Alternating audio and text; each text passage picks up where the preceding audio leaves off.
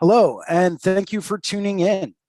This is Sunday, December 18th at 1 p.m., and you are currently watching the Skill Building Sunday Drawing Group live on the Reinventing the Tattoo Network.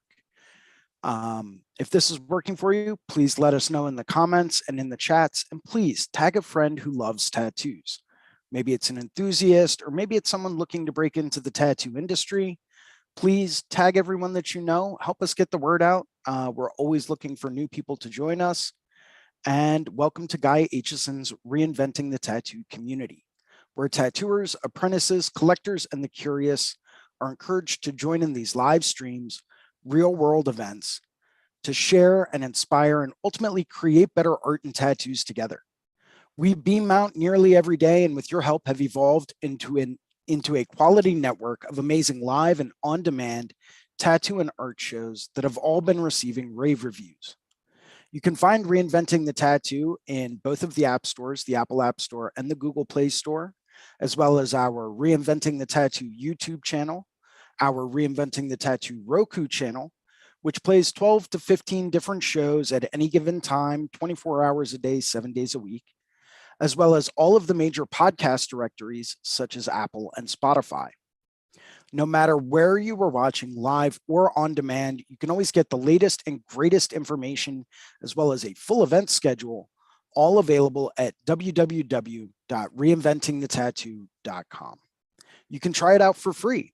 We've got some sample webinars from the Reinventing the Tattoo canon, free advice from Guy Aitchison about goals.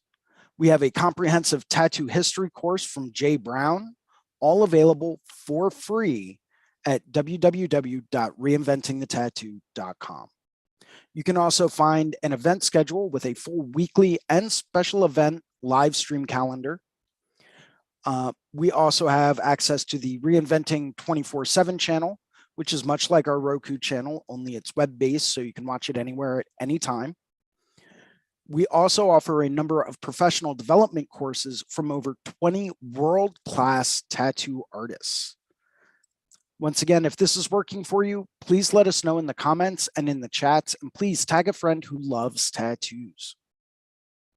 We have a number of weekly staple shows we always encourage people to tune into, starting on Sundays at 1 p.m. with me, Jason Leeser, for the Skill Building Sunday Drawing Group. And that's followed on Monday with 4 different shows. The first one starting at 9 a.m. with Drawing for Tattooers with James Wisdom, where we discuss basic drawing techniques and strategies to help us become better artists.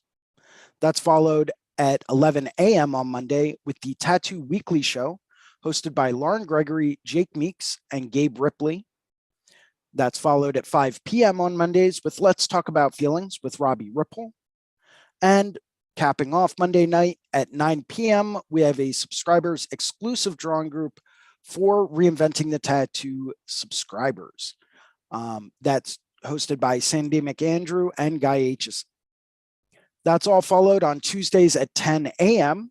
with a live drawing group, the Tuesday Fields Drawing Group, with a very good friend of mine, incredibly talented tattoo artist, and absolutely unbelievable fine artist, Ricardo Certivato. That's followed on Wednesdays at 1 p.m. with the Tattoo Now Show, hosted by Gabe Ripley, where we take a deeper dive into the business aspect behind tattooing. And capping off the week on Thursdays at 6 p.m., we have the Tattoo Collecting 101 podcast hosted by Fawn Baker.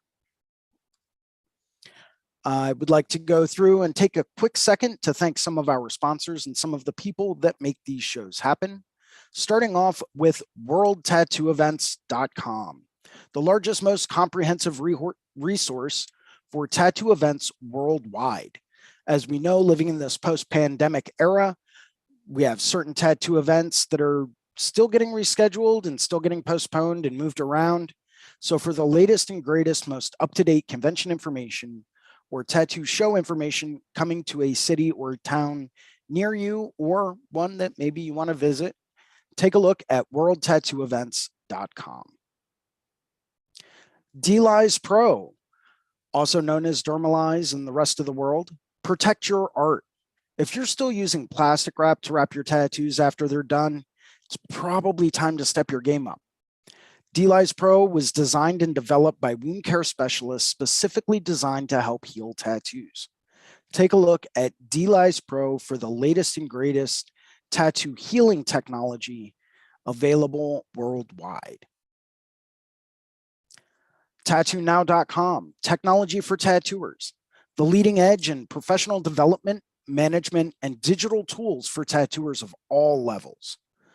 If you're looking to upgrade your CRM, your mailing list, or your software, maybe you're looking to implement a digital booking software platform or a digital scheduling platform, maybe you're trying to take your consent forms online. You can always find the latest, most up-to-date tattoo technology information available at tattoonow.com. And of course, this wouldn't be Reinventing the Tattoo without a very personal and professional thank you from the bottom of my heart to Guy Aitchison, who you can find at guyaitchison.com. He is the founder and inspiration behind Reinventing the Tattoo. You can go to guyaitchison.com to pick up a copy of his Biomech Encyclopedia, tons of his DVDs, a couple of his custom coil machines for sale. He also, from time to time, has original oil paintings for sale, all available at guyaitchison.com. Would also like to take a quick minute to thank two of our affiliates, starting off with the Apprenticeship Diaries hosted by Amy Nichols. If you know someone that's looking to become a tattoo apprentice or looking for more information on tattoo apprenticeships, take a look at the Apprenticeship Diaries with Amy Nichols, where you can find all of the relevant information there. As well, if you are already a tattoo artist, but you're looking for another source of information on tattooing, take a look at the Fireside Tattoo Network with Jake Meeks, where you can find tons of great interviews and great content, as well as some walkthroughs and live Q&As with different artists from around the world. As always, we ask that if you enjoyed today's show, please leave a positive review on the channel. Make sure to hit that like and subscribe button and, help us get the word out a little bit so that we can continue doing these types of shows and providing this type of content for you. If you would like to host a Reinventing the Tattoo event or become a sponsor of the community, or maybe you're just looking for a fine art or a tattoo critique, you can always email management@reinventingthetattoo.com, and we will be happy to get back to you just as soon as we can. And now we are on to today's show. Thank you, everyone, for joining us. We've got Medusa in the chat room with us already. Let me go through and have her open up for us. There we go. Medusa, welcome. Hello. What up? Oh, not much. Just doing the things. I'm actually going to shut that light off. So a couple of ideas for today's show. So one thing I did want to point out and one comment on is, when is it time to step outside of your comfort zone, right? We all get comfortable with certain things. Oh, Kyle Olson is joining us from the YouTube channel. What's up, Kyle? Welcome, welcome. Kylo. We love Kylo. Right? Kyle's great. Phenomenal artist, by the way. If you guys don't know, go check out Kyle Olson on Instagram. Absolutely incredible work. Where is he? And there's Facebook. Cool. So Kyle's not joining us live, but he is paying attention and watching on YouTube. So yeah, so stepping outside of your comfort zone and knowing when that's a good thing, right? We all hit certain times in our life, and especially in our tattoo careers, where maybe we're a little too comfortable with our surroundings. Maybe we are, just kind of starting to feel stagnant. Maybe we haven't really noticed any kind of a progression in our work. To me, those are usually pretty good indicators that it's time to step outside your comfort zone. Everyone's got their own little kind of way that they like to go through and determine that. And that's fine. Everyone is different. There's no getting around it. It's kind of the nature of the beast. Oh, Kyle Olson did decide to join us. Wonderful. Woohoo! Kylo. How's it going, guys? Howdy. What's going on, Kyle? How's your day been? Good. Early. My day has been very early. I had some extended family staying over last night. They actually just left before I got everything set up and signed on to today's session. So it's been an interesting evening last night. And as much as I love extended family, I don't usually sleep too well when they do get here. So it's always interesting to see how things play out. I gotcha. Is it just like a, what is it? A mackerel situation? Does the fish spoil after a while, or? It's like, I love you, but get out of my house. Yeah. Yeah. I love you, but I mean, like being alone. So I think Medusa kind of hit the nail on the head there. It's like, I like my space. I like my schedule, my alone time. You know, I like my life kind of the way that it is. And I like to be able to, you know, I'm very happy to be able to get outside my comfort zone and to kind of, you know, tuck and roll with certain situations. Like, oh, this is happening now. Okay. All right. We can make this happen and we can make this work. We'll play it by ear. We'll see how things go, right? Yeah. So sometimes that's just kind of what you have to do. Well, yeah, you get, you know, the chaos of it all. You know, you got to just flow with it and roll with it. And I'm usually a very good person when it comes down to thriving in chaos. I do enjoy that. But I like to do that on a more elective level. Yeah, like on your terms. Yeah, I want to be able to do Like, that on I love my chaos. I like my chaos. Everybody else's chaos. You know. Like, I can deal with the chaos of a tattoo convention all day long. I love that. That is my jam, right? I love the hustle and bustle. I love not knowing if you remembered to pack everything and then finding out that you didn't pack everything that you needed. You know, I love that kind of hustle and bustle and just like, okay, what's coming up next?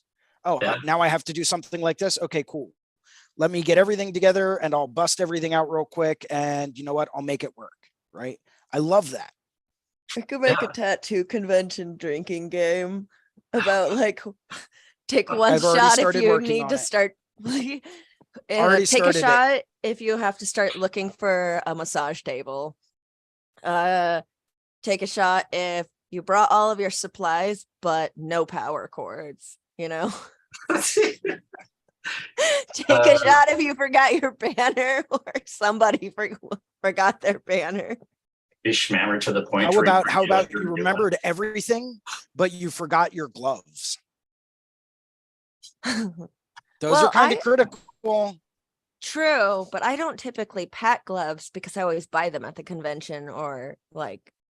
Which, all right, so fair enough. So yeah, like that's one of those like I can buy on site things. That's smart. Yeah, it cuts down on packing and gives you more room to pack other things. Yeah. I like the like tracking down a massage table is a big one. Oh yeah. You know, there's always somebody that forgot their banner. There's some people I know that specifically just don't even bring banners. Yeah, like I know I remember easy. running into Josh Payne at the Philly show one year. Josh Payne, of all people, right? And didn't have a banner, didn't have any business cards out, didn't have anything identifying he was working at that booth, except for like his health certificate was taped to the backdrop. That was it. And I was like, damn, like I've seen people pack and work conventions on a minimalist level, but this is like a whole different realm of minimalism. Like, nobody talk to me. You don't know who I am. Go away. Just what? Yeah, I mean, it's also easy just to make a banner yourself, like what I did. Go to Walmart, pick up some glitter and a poster board. That stuff's awesome. It definitely, I like that stuff and I appreciate that type of stuff sometimes because it definitely, I don't know, like looking at everybody's banners and business cards and stuff like that. Like sometimes it can become like mundane, I guess, in a sort. So to see like your banner that you made for the place, I can't even think of the name of it, I thought was just that's awesome. And it reminded me that I went to a convention out in I don't know if it was Scottsdale or Glendale, but this lady, her portfolio for tattoos and drawings and everything was a scrapbook. Like you had your tattoos and then she had all like the extra stickers and everything like that. Like it reminded me a lot of my mom and stuff like that, but I just thought it was so cool. Just like have that like kind of like artsy craftsy style, you know? I think it's awesome. Yeah, absolutely. I mean, it's cute as fuck. You can't argue with that. It's super cute. It makes people laugh. And like, I fucking love making people laugh. Like, if you're gonna walk away from my booth hating all of my art and thinking I'm the worst tattooist in the world, that's fine, but you're still gonna walk away having laughed at something. But also it was super fun to make. And like, I think a big thing is that a lot of tattooists get so heavily involved in like perfecting the technicalities of it. And some people like everything has to be professional and perfect and everything, that they kind of forget how fun being silly with the job is. And like getting back to your roots is some like, and all of us were kids that fucking love to put glue on something and pour glitter or dirt on it. Yeah. Like usually that was me. I used to just like to douse my hand in glue and just like see what stuck to it. Yeah. The whole like, sorry. I still want to peel off the dried Elmer's glue. Dude, that's just so awesome. I love it. I don't know why. It's just satisfying. It's the most, I mean, it's also like you think about it and it's like kind of gross, but the most satisfying thing of my childhood, peeling off dried Elmer's glue from your palm. Nobody here can say they haven't done that. Also, you know, dipping your fingertips in candle wax. Yep. That was super fun. But yeah, no, I think it was really fun because I think it sparked a lot of it sparked joy with a lot of people to like kind of be reminded of how fun being like crafty and childish is. Yeah. But there's like I don't know, like getting so focused on the artwork and making sure everything's perfect and just focusing on the art so much. Like I personally forget like how important it is to make sure that like the client the entire time enjoys their time and that you talk with them and that you spend time with them, you know, instead of just like focusing so much on the artwork that I don't know, like, yeah, I just forget how important it is to have fun with it. Yeah. Well, that's actually a very important thing to remember, you know. And I've been an advocate of this for a long time. I actually sat down and looked at it, right? And I didn't do any kind of like an official study on it, but it's just kind of what I found it kind of just broke down into. But like 60% of whether or not your client comes back, 60% of it is how much fun are they having? How comfortable are they? How's the environment at the studio? You know, do they feel like they want to come in? Do they want to hang out? Do they want to be social? You know, are they having a great time? Did they laugh at all? Did they smile the whole time? Did you have a good discussion with them? Those are all important aspects of making sure that that client is a return client, you know? And if you can go anywhere and get a good tattoo in this day and age, there's really, really great tattooers all over the place now. More power to them. That's awesome. I love seeing that. And I love the fact that we're at that kind of a level. But would you rather get a great tattoo from someone that's going to make you smile the whole time, that's going to be there and like joke around with you and have fun with you and ask you about how your day was and how your kids are and, you know, all that kind of stuff? Or do you want to go and get a good tattoo from someone that's, you know, just going to sit there with headphones on and ignore you the whole time and make you feel kind of awkward, like you're just impersonal? Mm-hmm. I know who I'd rather get tattooed by. Mm-hmm. Yeah, I guess I'll give you a hint. It's Mm-hmm. not the person wearing the headphones.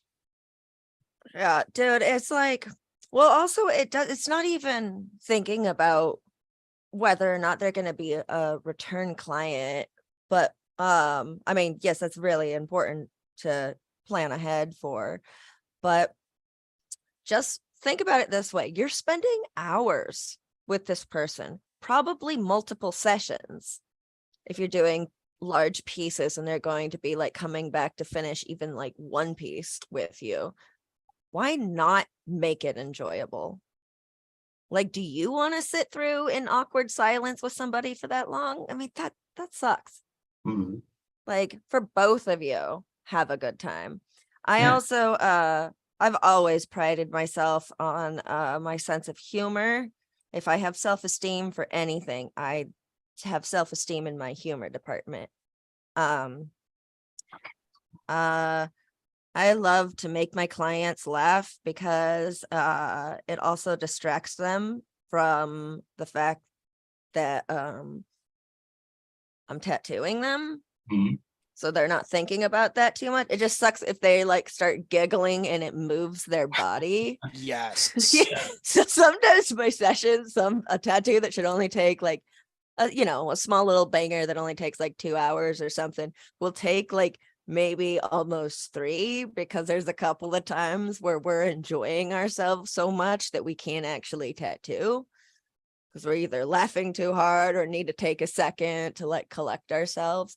But man, I love making tattooing fun. Mm-hmm. Absolutely. I think there's a fine line though, right? And this is just coming from my own personal perspective, the way that I used to be and the way that I kind of am now.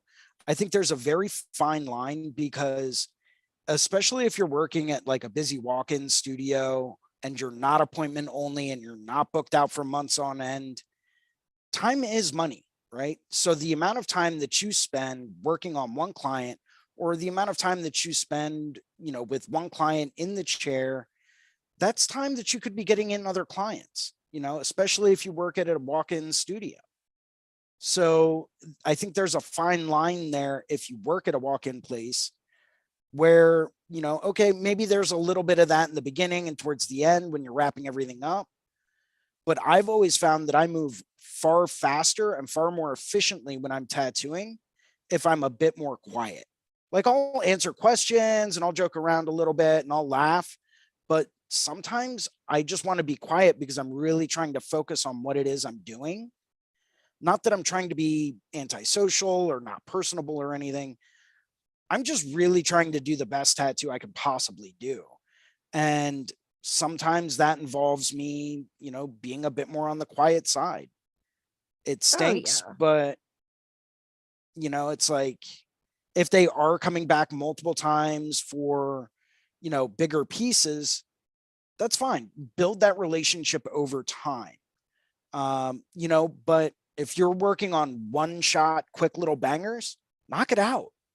You know, get it in, get it done, knock it out, be efficient with it, you know, and, you know, get the next person in. You know, so I think there's a fine line there. Oh yeah. And with everything, you always have to use your best judgment and stuff. And there are also like clients that don't want to talk. Sometimes they're all like, I want to read my book. Like, I just want to get this done, read my book. And you're just like, all right, cool. Thank you. Mind if I put on some headphones? You know, it's always a case by case basis. And always, everybody should always use their best judgment and consult with their clients first about what their client would prefer. Because sometimes the clients, they really don't want to be spoken to or talked to. They want to put on their own headphones and watch a movie and not think about it. Yeah, I mean, I'm not going to lie. I'm kind of that way. That's kind of me. I like to zone out. I don't like getting tattooed. I'll be honest with you. I really don't like it. I think it hurts a lot. And I get tattooed in some pretty uncomfortable areas where mentally I have to put myself somewhere else. So it's like, oh, okay, here we go. I'm going to throw my headphones on, man. Like I'm going to go to another place right now. Like, sorry, like we can chat and catch up after the fact. I'll take you out and buy you a beer. Right. Yeah. And we can catch up then and socialize then. But like, if I'm getting my upper rib cage worked on, like right next to my armpit or like right below my pectoral muscle, I want to go to a different planet because that is absolutely not fun for me. Oh yeah. Yeah, it's always important to check in with the client first about like what would make them comfortable and everything. And you start to get to know these things as you go on in your career. And sometimes it becomes like a little instinctual. Yeah. Like pick up on the client's cues too. If they're bringing their iPad and they have like headphones already around their neck, you know, they're probably planning on watching a movie. Right. Yeah. They'll let you know. I always like to give my clients the option before we get started on anything. You know, I'll give them the option and I'll say, hey, listen, I have my iPad here because I actually have a second iPad that I actually keep set up for multimedia for my clients. You know, I bought it used. It had a broken screen, so I went and got that fixed, but I bought it cheap off of Facebook Marketplace. And that is like my client iPad. Feel free to use that. I've got every streaming service you can imagine hooked up to it because that's all a tax write-off. You know, it's like, oh, what are you in the middle of watching Game of Thrones or Handmaid's Tale or Peripherals or whatever? Oh, you are? Oh, cool. Here, catch up.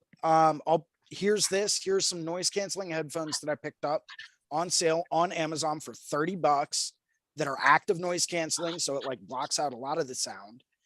Here's some headphones. Here's my iPad. Watch whatever you want. Right. If you want to talk, we can talk. But I wanted to give you this opportunity to catch up on your show because I know you've got kids at home. Maybe you don't really have the time that you want to have to really sit down and watch it. But hey, you're not going anywhere or doing anything here. Why not catch up on it? That's a really great idea of keeping like that on hand as an option. A few months ago, I got a new iPad, finally upgraded because my old dinosaur was just not cutting it anymore for me. And so it still works. I can like still stream things on it and everything. And I've been meaning to take it into work because I already have an extra set of headphones there that I have been letting clients use whenever they like are playing on their phones but have the volume down and you can tell they're trying not to disrupt anything. So I should bring that iPad in because that's a really, really good idea. And that also is a way to keep clients happy, you know, give them options for things to do. Like, yeah, I definitely you never know until you ask. Yeah. Yeah, it's kind of like that whole like client caddy thing, you know, you could have like a whole little setup for them for everything that they might need. Yeah, I keep granola bars and fruit snacks in my locker for clients just in case, you know, they need to spike their blood sugar and I always ask before, it's like, do you need a bottle of water or a quick snack or something before we begin? Mm-hmm. And a jar of suckers because of the spiking your blood sugar to help with pain. Dum-dums go a long way. They do indeed. Yes, they do. Yeah, there's always a big old bowl of candy up at the front of the shop that I'm at now, and it's been super nice and super helpful. Yeah, I think it was Renee during her saturation seminar, maybe, or during something, where she was mentioning that she brings to her appointments, like when she's getting tattooed, like 6 bags of gummy worms or something and is constantly munching on them, because constantly having a rush of sugar through your body helps with pain management. See, I couldn't ever do that with like gummy worms, because I would eat them all before I ever got to the studio. It's like having popcorn at the movie theater. Yeah. Yeah, you start eating it before you even sit down, right? Yeah, you're like, oh man, this is the butteriest popcorn in my entire life. By the time you sit down, you're like, cool, I need to go back and get another. We get free refills on this, right? Yeah. I'm gonna eat this like I'm starving, like I haven't ate all day. No, it really sucks too, because the trailers in theaters are so long. And they're like full-length trailers, you know? So even if you can like manage to wait until the trailers start, it's not going to last until the movie starts. It's like I always finish the one trailer and it's like 2 hours go by, and then you see at the end it's like coming soon, and you're like, wait a second, I thought that was a movie. Some of those long trailers though, like they're so long that it's most of the movie. And you're just like, well, I don't really care to see the movie because I can tell from the trailer, like what happened and what's going to happen, like dead giveaway. But anyways, that's way off topic. Gummy worms, pain management, making your clients comfortable. Stepping into your comfort zone. Yeah, that's it. Wow, we went way off topic. Sorry about that. We did kind of, but that's okay. I'm actually laying out a tattoo for my coworker now. My coworker, Ashley. She saw this poison bottle that I drew up and I've had available at a couple of different shows. And she's like, oh my God, I love that. I really want that one. And I was like, let's do a different one for you. Just because like I wanted to make one that was a little bit more in line with like who she is, make it a little bit more personalized. So I'm playing around with some different ideas. I'm thinking about throwing some mushrooms in here. You know, maybe just like a couple of little guys here and there. Don't know if I want to do shelf mushrooms or what, but. And maybe just a couple of little guys. I'm painting a postcard. Oh, that's awesome. Thanks.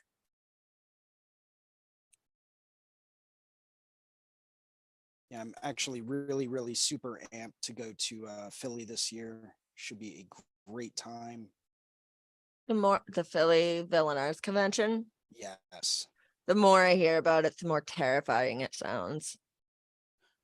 It's a bit intimidating with just the volume of artists and people, for sure. But it's one of those things where, you know, once getting back on topic, stepping outside your comfort zone, like sometimes you go to work at some of these shows and you don't realize how big they are until you get there, and you turn around and you're one artist out of 1,500 artists there. And you're like, well, this is unexpected. That's so bonkers, dude, to have that many artists. Holy cow. 1,500 is an exaggeration, right? No, the Philly one's pretty big. Isn't That's 1,500. Yeah, that's 1,500. Yeah, that's a lot. Yeah. Yeah, that's only 750 booths. Yeah, the Philly show is huge. How many floors? Oh, one floor. You can't fit that in one building. It's the one floor is the equivalent of 3 city blocks long. Oh my God. Yeah. Oh my sweet baby Satan. Yeah, it's 1 city block wide. 1 city block wide. Now, granted, they only use 2/3 of that convention floor, but so that's the equivalent of 2 city blocks long and 1 city block wide. And that's the venue area for the Philly show. So crazy. It's literally the largest tattoo convention I have ever been to. And I've been to a lot of different shows, a lot of them. Like my stomach hurts thinking about being, okay, that is stepping out of your comfort zone. And that's why too many people. That's why I say 1,500 artists, right? Roughly speaking, rough estimate. It's right around there. Sometimes it's more, sometimes it's less, depending on how many vendors are there. I usually do a split booth, a dual booth with 3 artists. So we all have a little bit more room. It ends up being like an extra $100 a person. But it gives us more room to operate. So I usually like doing that way. So that's why I say it's a rough estimate. It's not an exact number, but it is absolutely enormous. But when you look at the volume of people that go to the Philly show, we're talking about people that drive up from Virginia, North Carolina, South Carolina. They come down from Massachusetts and Connecticut. Some drive as far as New Hampshire, Maine. Some come out as far from, Illinois, Indiana, all over the greater Pennsylvania region, right? Extending out, you get artists from all over the place, but people just attending it will come from all over because they know how big of a show it is. Which makes sense because it's Villain Art's flagship show. Okay. So it's their home base, it's their home show. This is, what they gear for and gear up for every year as, their biggest show, their headliner. And this is how Villain Arts kind of built their brand. Villain Arts is a Philadelphia-based company, started by a Philadelphia-based artist, so they wanted to make sure that it was one of the biggest shows around. When you get 30,000 people that come through the door over the weekend, as a rough estimate, once again, rough estimate, but imagine 30,000 people coming to one spot over a weekend. It's so bonkers. Like Google's saying it was like as many as 500 vendors attend the Philadelphia Tattoo Arts Convention. Like, holy cow. And that's vendors. Yeah. Gosh, man. Yeah, the owner of the shop that I'm at, he's talked about it a few times and he attends it and he loves it. Oh, it's an absolutely fantastic, very smooth for the artists. If you decide to ever work at the Philly show, highly recommend you do the early setup on Thursday afternoon, Thursday evening, because if you don't, you will be waiting in line to get your stuff set up and searched and all that stuff on Friday morning. So if you have the option to go through, do early setup on Thursday, trust me, you will be saving yourself a world of headache. Yeah. Yeah, I'll have to talk to him again about that to see if he wants to go, because stepping out of your comfort zone, like definitely going to a tattoo convention, anywhere is stepping out of your comfort zone, because like you're tattooing in a new environment, and yeah, it's super important. Like in the whole extent, like stepping out of the comfort zone, like I definitely look at it as like a whole 2 steps forward, 1 step back type of thing, where like you get comfortable and then you do the next step and get comfortable and do the next step, Yep. Yeah, it kind of serves as a gut check sometimes too, because you might think like, oh, okay, I got a handle on this part, I'll be just fine, I got this. I'm at the top of my game. And then you go somewhere and you do a convention and you look around and you're like, wow, I really need to check myself here, because apparently I'm not at the level I thought I was at. Yeah, 100%. It's like getting yourself out of your echo chamber, I guess, in a sense. I don't know how else to put it, to where it's just like, oh yeah, I'm so good, and you get complimented and stuff like that. But then you go around a bunch of other artists that just like completely blow you out of the water, and it's a hell of a motivator, that's for sure. But absolutely, it's good. It's important, because I don't know, just to plateau, it would just be a bummer. And that's what we always want to try to avoid, right? Is hitting that plateau, because when we hit that kind of a plateau, that's when people start to feel stagnant, and that's when they lose motivation. That's when they lose their enthusiasm and they lose their momentum, right? And when you start to lose your momentum, it is exponentially harder to get that momentum back. Yeah. Yeah, it's almost like, you trying to go to the gym and you do good for a little bit and then you stop going. And then it's like twice as hard to go back to the gym type of thing. Right. That totally makes sense. And it's, yeah. It's important though, because like I remember like my first like out of state guest spot that I did. It was like in a panic attack the entire time. Like I brought way too much stuff. I was over prepared for everything. I had like all my colors, only used black the entire time I was there. Like, but it was such a growing experience. And it is every single time, which is it's cool. It's exciting. Failing forward, I guess what some people would say. Yep. Yeah, I think I mean, losing motivation, I think, is a sign of being too comfortable. Yeah. And knowing when you need to change things up, obviously. Mhm. But I think I found myself in positions before where I didn't realize that I was getting a little too cozy and starting to plateau. Mhm. And I mean, when you don't realize it, it can be pretty dangerous. Mhm. Mhm. So, That honestly, and I've been asked this before, like, why do I enjoy doing conventions? Why do I enjoy traveling and doing shows, or, networking with other artists, or going and doing studio visits and stuff like that? Why do I enjoy stuff like that? Because it keeps me on my toes. It keeps me from getting to that spot where it's like, okay, I really think I've got a sense of this now. I'm really, I'm inside my echo chamber. I know what I'm doing. I've got a good handle on this. It keeps me from getting to that spot where every time I go and do a studio visit, or I meet another artist that I really admire, like getting to be in a booth next to Nick Kaiser, also known as Dead Meat on Instagram. If you guys know his work, super clean, super bold, super solid work. We were situated next to Nick Kaiser at the Puerto Rico show, and that was like, oh boy. All right. Yeah. I was half tempted to go fun. up to the organizers and be like, why did you put me next to him? That's not very nice. How dare you?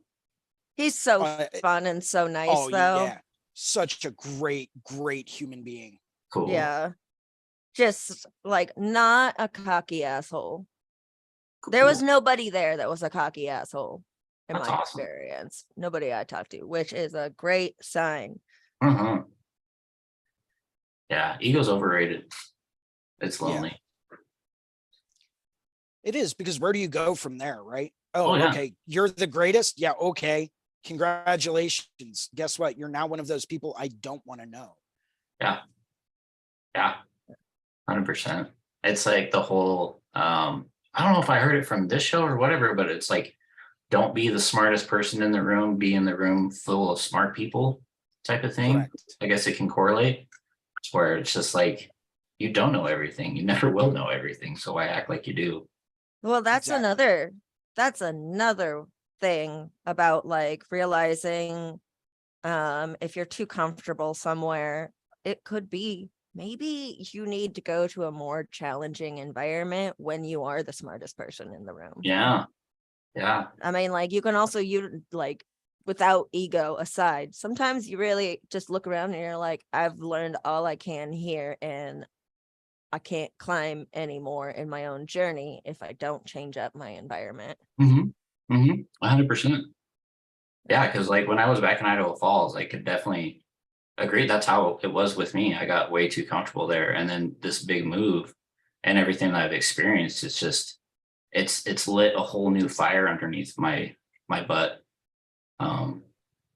Which it just, getting comfortable sucks.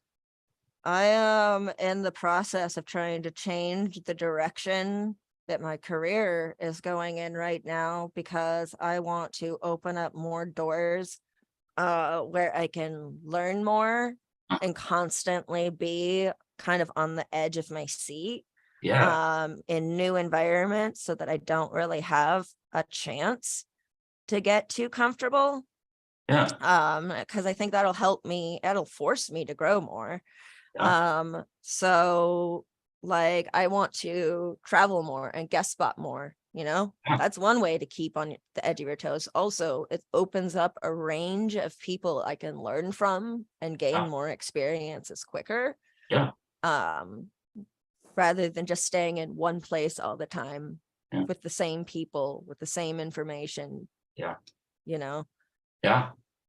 It's huge, like being able to travel to tattoo conventions and meet new people, that you haven't heard of or anything on Instagram or anything like that, and be able just to talk to them and make, the networking thing, like you said, that's huge, and that's not letting the stars align for you, you making the stars align type of approach, I can see being like 10 times more fruitful, for you, for anybody, Well, it's taking that initiative, taking that action, right? Yeah. And so we just had a comment on the YouTube from Brian Reyes. They said, I feel ever since I've taken on more responsibilities at the studio they work at, along with home life, I've had less time to focus on my career. Yeah. Work-life balance and time management is a big thing. It is a huge struggle. I still don't have it. I get yelled at all the time by my girlfriend. She's like, what are you still doing? It's like 1 a.m. Why are you still drawing, working on that? And it's like, oh shit, that's right. It's like, I should probably stop doing this and pay attention to her. Yeah. So. I mean, there's a lot of people out there who is all like, yeah, my job is my life and everything. And for some people, that's fine. That's what they enjoy. That's what makes them feel fulfilled. Yeah. But not everybody can make their career their entire life. For some other people, they have kids they got to get to, they have to make time and space for their family. Other people have like hobbies that they would really like to set time aside for. Definitely finding a good balance is such an important key, because the opposite of being too comfortable would be like, I guess, burnout. Or not the opposite, but another part of the whole spectrum. Yeah. And you definitely don't want that to happen, because oof, it's rough shit. Yeah, burnout is no fun. Yeah, no. Everybody hates the guy in the shop that's burnt out, and you hate yourself and you hate your job, and it's not a happy time. It's detrimental to your mental health. And when your mental health is in danger, your tattoos are in danger. It's hard, because like we've said, like it's the tattooing and the drawing, and it's everything, everything we do, everything we think about and stuff like that. And it's hard to allow ourselves to give us those days off, because we're like, oh, we got to draw this, and we got this appointment coming up, and we got this consultation we got to think about, and this, that, and the other thing. And we got to put so much time and effort outside of like when we're at the shop, that it's really hard to turn that off and to allow ourselves to be lazy for a minute, I guess. I don't know how to put it, because like that's pretty accurate.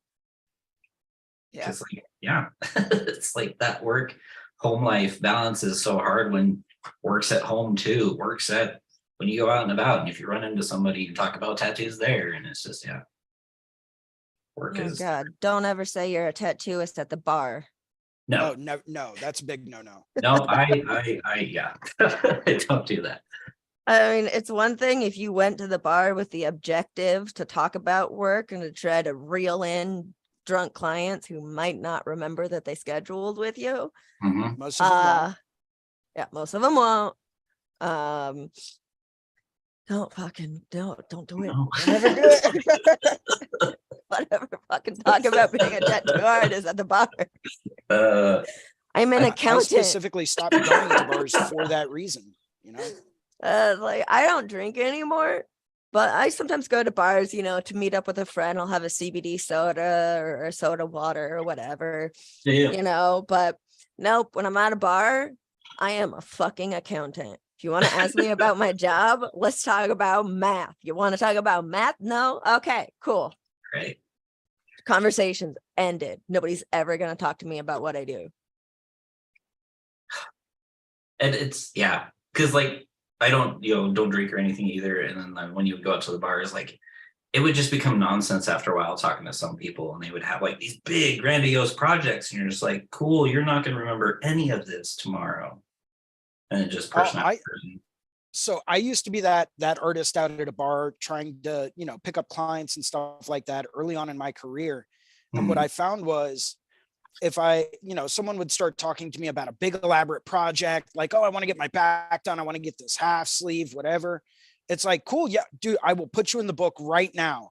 Give me $100 deposit and I'll put you in right now. Yeah. Show me you're serious. Yeah. Right. And if they couldn't do it right then, it's like, all right, well then how about you just hit me up and tell me when you're ready. Yeah. But until that time, I'm good. I don't need to hear about, this super awesome koi fish, dragon head, skull reaper idea that you want to try to cram into one forearm piece because you're probably not going to get it done. Yeah. I have drunk friends that come up to me and I'll be like, oh yeah, Medusa. Yeah. So I've been meaning to talk to you about this tattoo idea. And I just be like, that's awesome. Here's my card. Yeah. Shoot me email me. I don't and explain. I do not talk about work outside of work. This is my free time. Yeah. And if it's your friend, they'll either respect that or they're a shitty friend. Don't be friends with them. 100%. One way that you can go through and use that, even if you don't want to put it like that, you can just say, listen, I'm sorry, but I'm not going to remember any of this conversation. Here's my card. Shoot me a message with what you want to get done. Right. So maybe it's been a long day at the studio, maybe whatever, but I'll get back to you, but I'm not going to remember this conversation tomorrow. Shoot me a message. This way I have it in writing and I can look back at it. Right. A lot of people will accept that over, I'm sorry, I don't want to talk business right now. I mean, that's a very direct way to put it, which works well for some people, but for other people, they might be turned off by that and be like, well, what do you mean? Don't you love what you do? Don't you want to talk about my awesome cyberpunk skull dragon reaper thing? And it's like, I do, but if I'm not going to retain that knowledge, then what good is having this conversation? Yeah, 100%. That definitely puts it in a lot more polite way of handling it, I guess. Because dealing with the social anxiety of the situation, you don't want to be rude to the person, but you don't want to talk about it. It's that kind of awkward spot because you want to be professional, but you don't want to deal with it. So putting it that way definitely makes a lot of sense. I'm only rude to my friends. Well, yeah, if they're close friends, it's like, dude, really? We're out right now. I don't want to talk about this right now. Come on. Yeah. Okay, we'll get to your chrome skulls panther idea. We'll get to it eventually, but let's have fun right now. Yeah. Yeah, there's a time and place. Yeah. Why would I want to be talking about work when I'm out at the bar? I could be getting into a brawl. Right? Can I get some ideas, guys? By the way, I'm kind of at a mental blockage area. I'm trying to think of what else I could incorporate with this. I don't really want to do what I normally do, which would be an olive, an olive leaf kind of wreath behind it, or leaves coming up from somewhere. I want to try to do something a little different. I was thinking ginkgo leaves, or maybe crystals or mushrooms. Yeah, where's it going? Inside of an upper right arm. Okay. So the whole inner bicep area. And it's not going to be very big. So I'm trying to think of something, bigger that I can put almost silhouetted in the background. That's why I was thinking maybe a couple of little mushrooms, but I don't even know if I want to go that route because I want to silhouette it all out and just keep it all super light shading. Mm-hmm. Black and gray color? Color. Color? Okay. Bold color. Bold color, inner arm. So you got a lot of horizontal, and you got the mushrooms are more circular-esque. Oh, and you got the circulars on the bones on the back.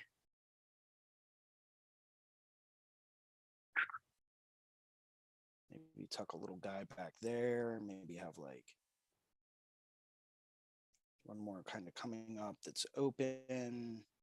Mm-hmm. So I could do something kind of like this. Maybe one other tiny little guy back here.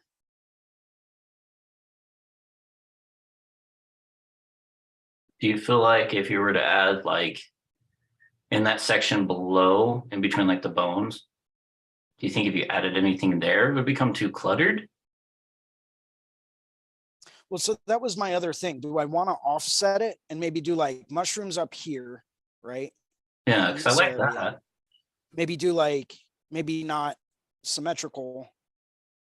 So if we do that and then get rid of all this, maybe have like mushrooms there and then maybe over here. Then maybe do like a crystal coming out here and maybe another one here.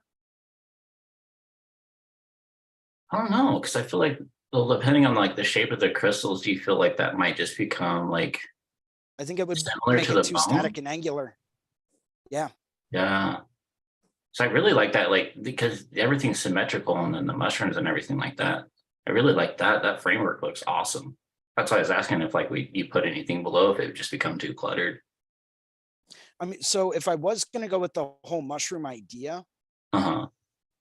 then what I theoretically could do, in theory, hypothetically speaking, maybe add one other guy over here for the mushrooms.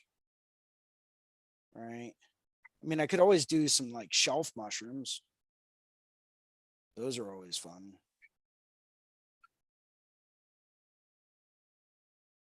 As opposed to like, standard like cap mushrooms, like toadstools. Let's see. But I could do, if I did that there, then I would actually get rid of some of these smaller guys in here, lighten this up a little bit. Are those guys just gonna be like silhouetted, like grays or something like in the back? Okay. Yep. That's exactly what I was going to do. I've got this awesome color called Fig, right? And it's like this off-tone grayish purple color that I really want to use for these like silhouetted mushrooms. Because that's going to keep them nice and subtle in the background, and nice and soft too. So they're not going to be like super obvious. They're just going to be like little background elements. The solid ink fig? Yes. Oh, okay. Cool. That's a pretty color, dude. It is a fucking pretty color. But if I did the shelf mushrooms over here, I think that would be, I wouldn't be able to silhouette those out. So I would have to stick with the cap mushrooms. Yeah, because there's a lot more like action points in those ones. And the shelf ones are just kind of those ones that grow off of the side of the tree, aren't they? Right. And I was thinking that could be cool to have like a couple of those, like even if we did them like here. Ooh, yeah. Just kind of like coming off the sides of the bottom. Yeah. Like it's been sitting around for a while and it started to grow fungus on it. Yeah. I thought that could be a cool idea, but then I wouldn't be able to silhouette those out. No, because those bring those to the foreground and stuff. Right. Shit. I do like that idea of it growing around the bottle, but hey guys, I gotta get ready to head out for my thingy. So... Boo! Well, enjoy your thingy. Thank you. Everybody have a good Medusa. day. Good luck. Let me know how everything goes for you. Will do. I'll text you later. Sounds Bye. good. Yeah. So Brian Reyes commented in the YouTube. Social media definitely is a challenge to stay on top of, promoting yourself and marketing. They also said a good idea would be smoke. Yeah. And then Atomic Injections commented down rocks and mushrooms for sure. Yeah. So now I'm like torn. Yeah, because you could do the whole smoke fade in the skin stuff from the bottom up, but I don't know if it would just cut off at the top bone. Yeah, I think if I did that, so if we played around with that a little bit. Let's go more like, there we go. I actually have, this is part of the special effects brush set, by the way, from Russ Abbott from Tattoo Smart. Okay. Big shout out to Russ Abbott because he kicks total ass when it comes down to brush sets.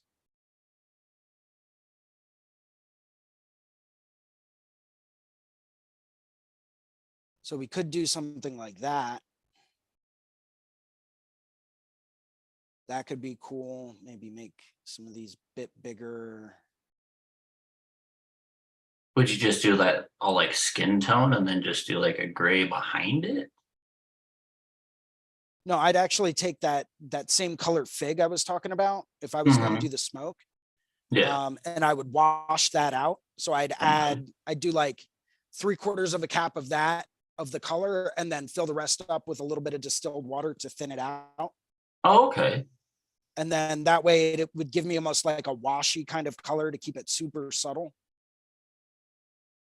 So like in that situation, would you do like say like the 3 or the 6 drops of one and then just do one just like a little bit more saturated, kind of like you're just handling like a gray wash? Yeah, pretty much. Okay. Okay. And then that way it would give me the full opacity spectrum to work with. Cool. Yeah, I love grays, dude. Grays are so much fun. Just like a little bit of yellow, just a tiny bit of yellow, and it just has a tiny bit of yellowish hue to it. You know, and just playing with all the colors in that area, so much fun. So much. Honestly, what I like to do with if I really want to mix up like a really weirdish kind of like gray tone, I always try to take complementary colors like a navy blue, right, and a super vibrant orange. Yeah. Mix those together, or like a magenta and a bright lime green, and I'll mix those together. Yeah. Or I'll do like a super dark purple with like, and I'll do like 2 drops of that into like a cap of like canary yellow. And then that'll give me a really nice like grayish tone depending on what I'm trying to do. Yeah. Yeah, I'm pretty sure that's how Fusion created all those muted tones as well, by the way. Yeah, just playing with all that stuff. Mm-hmm. Was it gosh, what color was it? I was it's Eternals. It's close to the fig, but like it's a bit more saturated. Was it smoke? Yes. Yeah. Smoke is great. Yeah. I'm just not a big fan of Eternals colors. They're big, dude. They're thick and they're all opaque because they mix in so much white with all of their like color tones. Yeah. To create that kind of opacity. And I'm just not a big fan of that. Like I would rather have a more pure tone without the white in it. And then be able to add white as I need it to create that value. Yeah, and I forget sometimes like how, like, because usually with like from what I know, like with inks you don't want to like dilute it too much if you want that super saturation, but like sometimes I have to dip it in my distilled water because it like bogs my machine down a little bit, and I'm just like, ugh, I can't be handling that, you know, because I'm trying to pack in color 100%, so I need my stuff running smoothly, and just like how thick it is. Well, that and Eternal actually uses, so if we want to get technical about like pigments here, and this is something that I've spoken to quite a few people about at different levels from different companies. Some people were pigment manufacturers, some worked for pigment companies, some actually just knew the process really, really well, and like all about the organic powders that they start with and stuff like that. Yeah. When a lot of these pigment companies buy powder or buy the pigment to put into tattoo inks, right, to create individual colors. Some come in liquid form, some are large flake powder.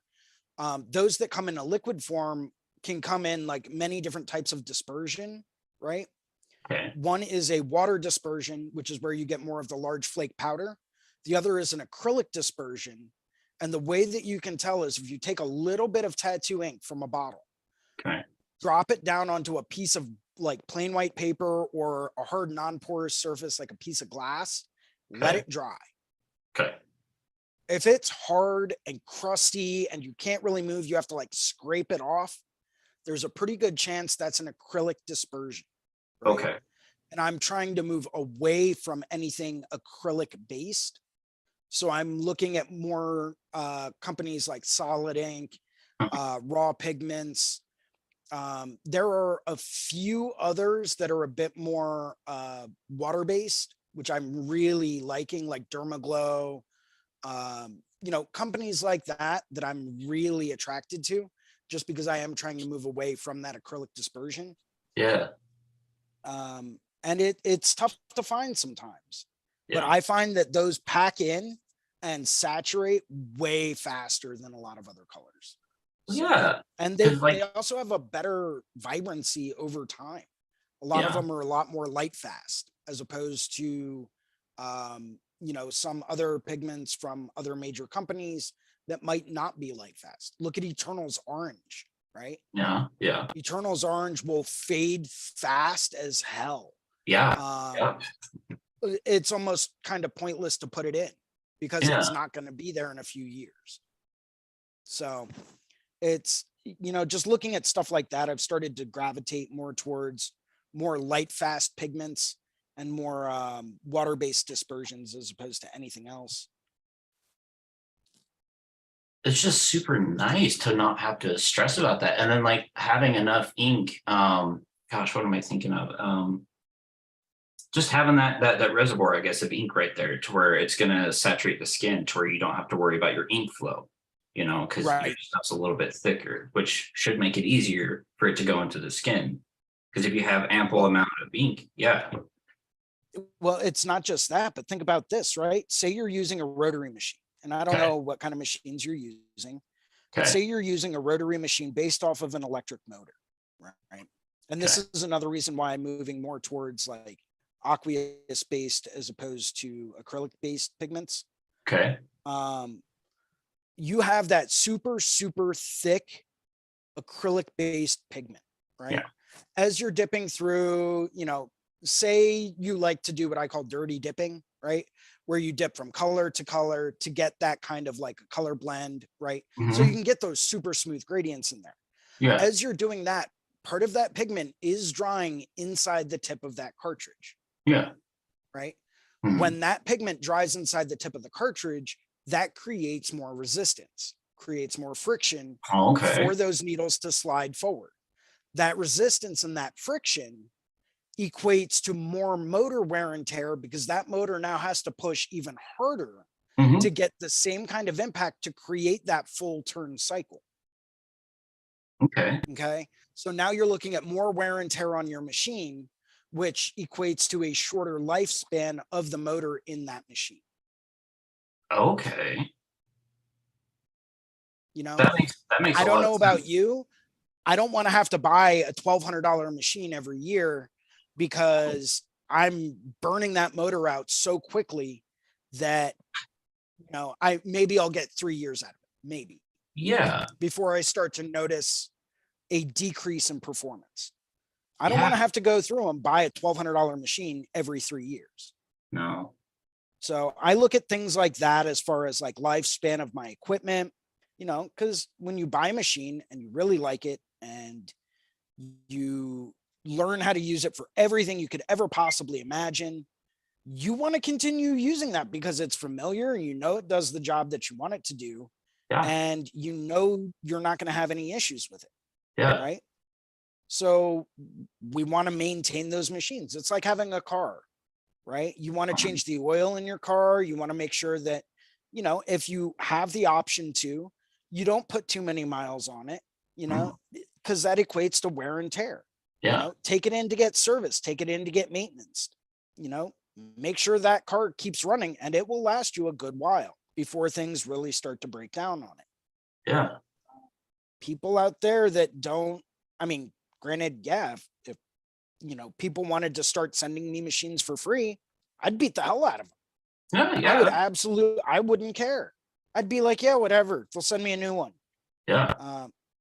I don't, number one, I don't like taking things for people for free. That's not the way I was raised. You know, it's like, if I need a new machine, I'm going to purchase one. Yeah. I'm going to earn it. I'm going to work for it. I'm going to save for it, and I'm going to buy one. Yeah.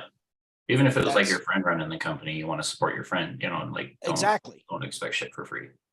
exactly. Well, So I'm going to maintain my stuff. yeah. Yeah. It's like making sure you're taking care of your paintbrushes and you're cleaning them after you're done using them. Exactly. Yeah.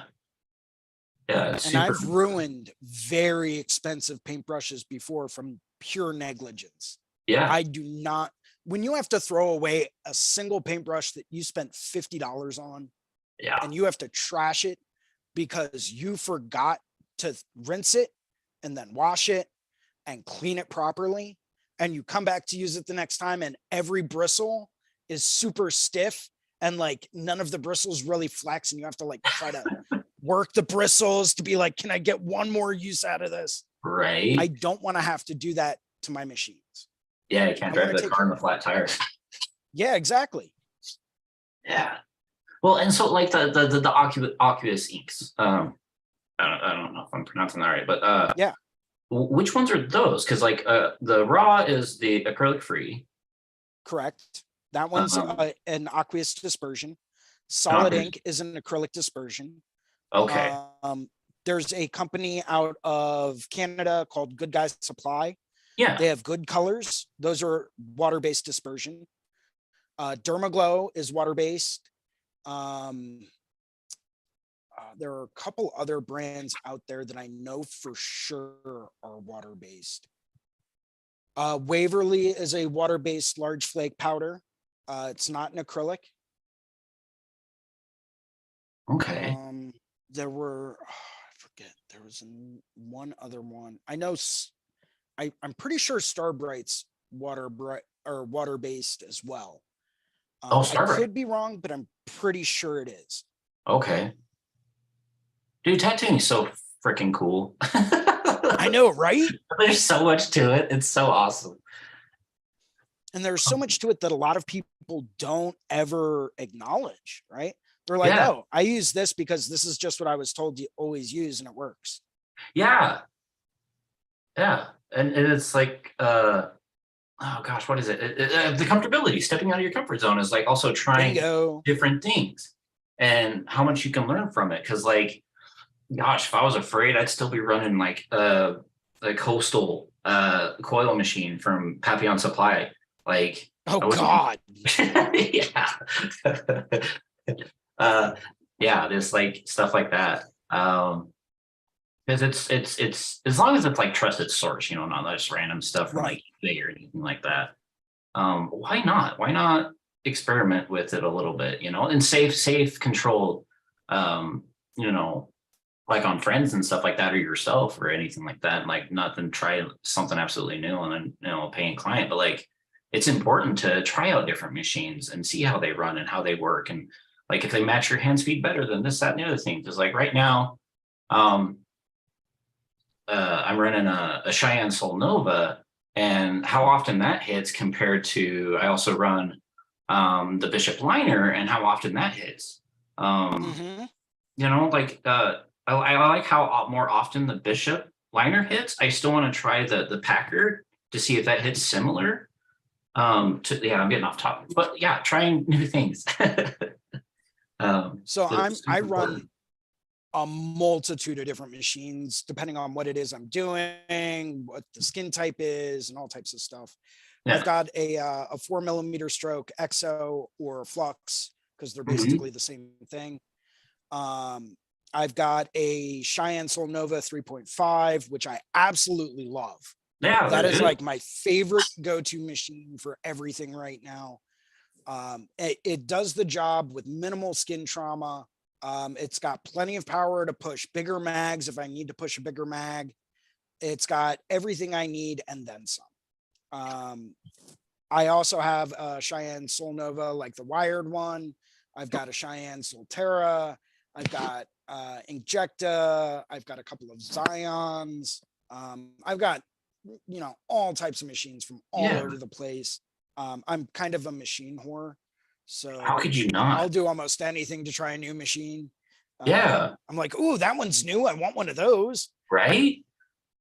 And But because you never know. yeah. And if you don't step out that comfort zone, you don't try new things, how will you know that something else doesn't work better than what you're currently using? Yeah. You're right. Control your variables. You want to try a new machine? Try it. Call up one of your close friends that you have an ongoing project on.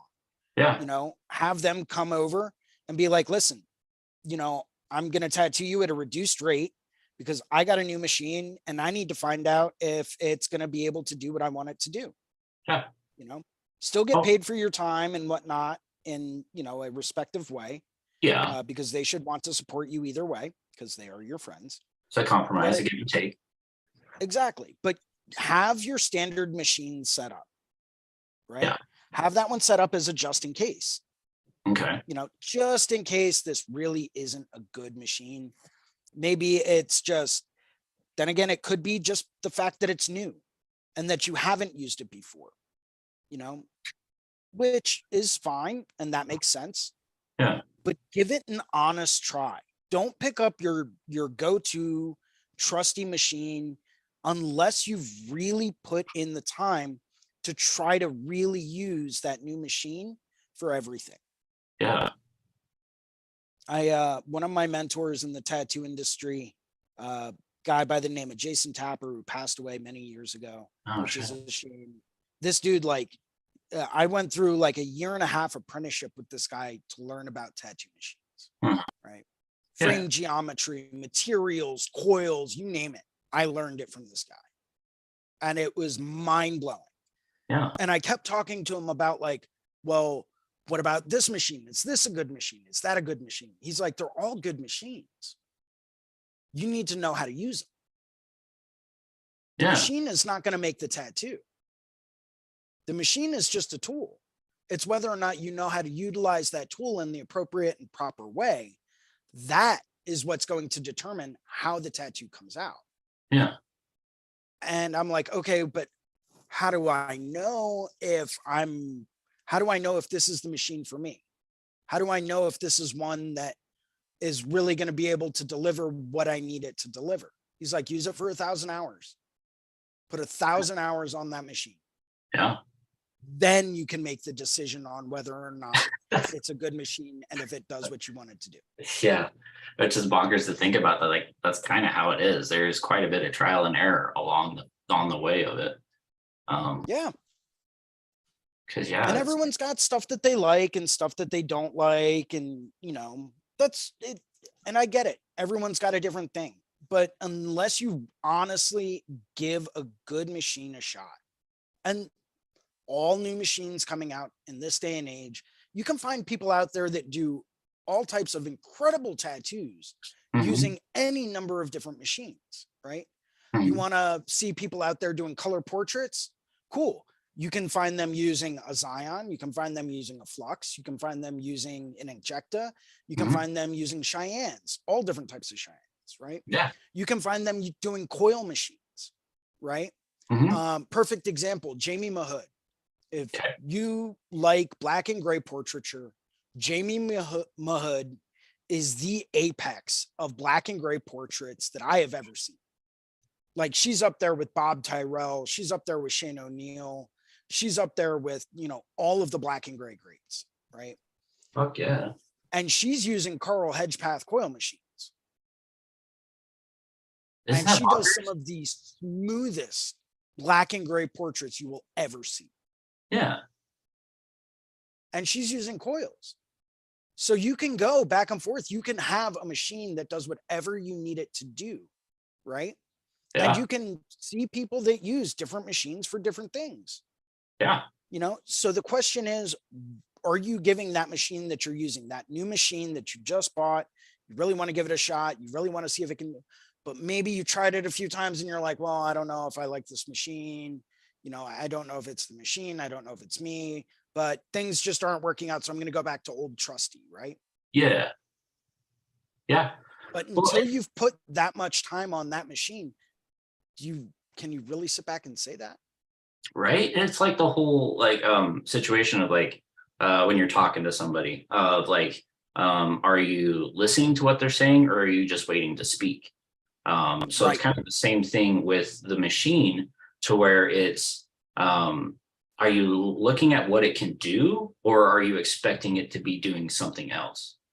Because if your hand speed, because that's one problem that I've definitely I've had in the past and I'm still working with is tattooing, but expecting it to turn out a certain way when I apply it compared to seeing what it can do with that person's skin in that moment. So it's that kind of, you can't expect to know how to run the machine right off the bat until you spend time with it and actually listen to the machine compared to just waiting to talk. Yeah. Very good observation and very true too. Like that's pure wisdom right there for anyone out there that's listening. That is a wealth of knowledge coming at you. That is gold tattoo knowledge, especially for young tatter tots that are just getting into this. Take your time, listen to your machines. 100%. Like definitely like even in like on if it's on fake skin or like a friend, if you're an apprentice or you're learning how to tattoo or whatever, hit the skin just like once or twice and look how the needles are in the skin, how how the ink is in the skin, how it's applied and how the skin's reacting to it, you know, stuff like that. Like little things like that I went so long without paying attention to, and it's kicked me in the butt for a long time. But just learning that stuff, that's a whole lot, but yeah.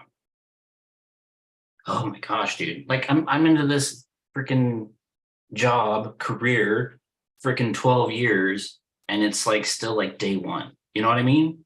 Like it's dude, I'm right there with you, man. There's so much to it. It's so cool.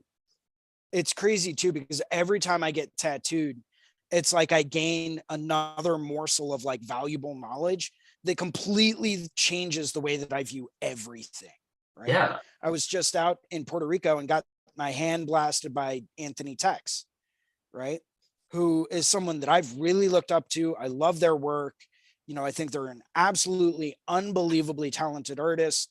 And I've always wanted to get tattooed by them to like observe their process, ask them questions, because I'm one of those people where you can sit down and tell me things until I'm blue in the face. But if you sit down and show me, I'll remember it. Right? Yeah. Yeah. So I wanted to know, well, okay, what's his hand pressure like? How much needle hang does he have? How fast is he running his machine? You know, what pigments does he use? These are all things that unless you get tattooed by someone, you probably won't pick up on. Mm-mm. So I was like, all right, life's goals need to get tattooed by this guy. Yeah. So I got tattooed by him and like my mind hurt after we got done. Yeah. Because I just felt like I gained so much knowledge. It's that, and that's another thing to think about. Like, how is your learning style? You know, are you hands-on? Can you read a book and learn from it? Like me personally, I'm the same. Like, I have to be there. I have to be interacting with it. I have to ask the questions. I have to be, you know, looking at it, being there, experience it to actually learn, for me to grasp it. And getting tattooed by the people that you look up to and the people that inspire you, and to be able to have that opportunity is awesome, and it's huge, and it's fruitful, and it's stepping out of your comfort zone. It is. Yeah. It very much is, man. And it was a mind-altering experience, for lack of a better term. Yeah. You know, because it was like, okay, I'm here, I'm doing the things, let's see what happens, right? And it was like, oh, well, you know what? That was an investment that I got more than my money's worth out of. Now I can take that knowledge that I've just gained and I can bring that over to the next time I get tattooed, or the next time I do a tattoo. Yeah. You know, and that's now a value add for me, because I now gain that knowledge because I went through and was like, okay, well, you know what? I might not be comfortable with this. This might be different. It might be weird, but you know what? I'm not going to learn unless I do it. Time to step up. Yeah. Yeah. It was another way of like, gosh, what would you be like? It's investing in yourself. Yes. The same way as you would if you were to get tattooed by your current tattoo idol or the person you look up to or somebody that you know is just really well rounded and really knowledgeable in the subject. It's also kind of like looking at like college courses that, you know, like art college courses or local art places, if you have that, you know, as an opportunity to pay for those classes and to go take those classes, because that's another, you know, wealth of knowledge that you can take into yourself and your tattooing style and your tattoo career. Where I used to live, didn't really have that as an opportunity. Living in a bigger area, it's definitely more of an opportunity, and I never really thought about that whole top, like being able to do that, kind of like the whole situation, like you make your money, you buy your stuff, and you reinvest into supplies, such as your tattoo machines and new inks and stuff like that. But like continual education can be another supply upon itself. That's gonna, another Without opportunity. question. Yeah. And you hit the nail on the head. That's what it is. It's reinvesting, right? Yeah. You're investing in that knowledge. You're taking, anytime you go and get tattooed by like one of your idols in the tattoo industry or anything like that, you're literally presented with the opportunity to take a master's class in applying a tattoo. Mm-hmm.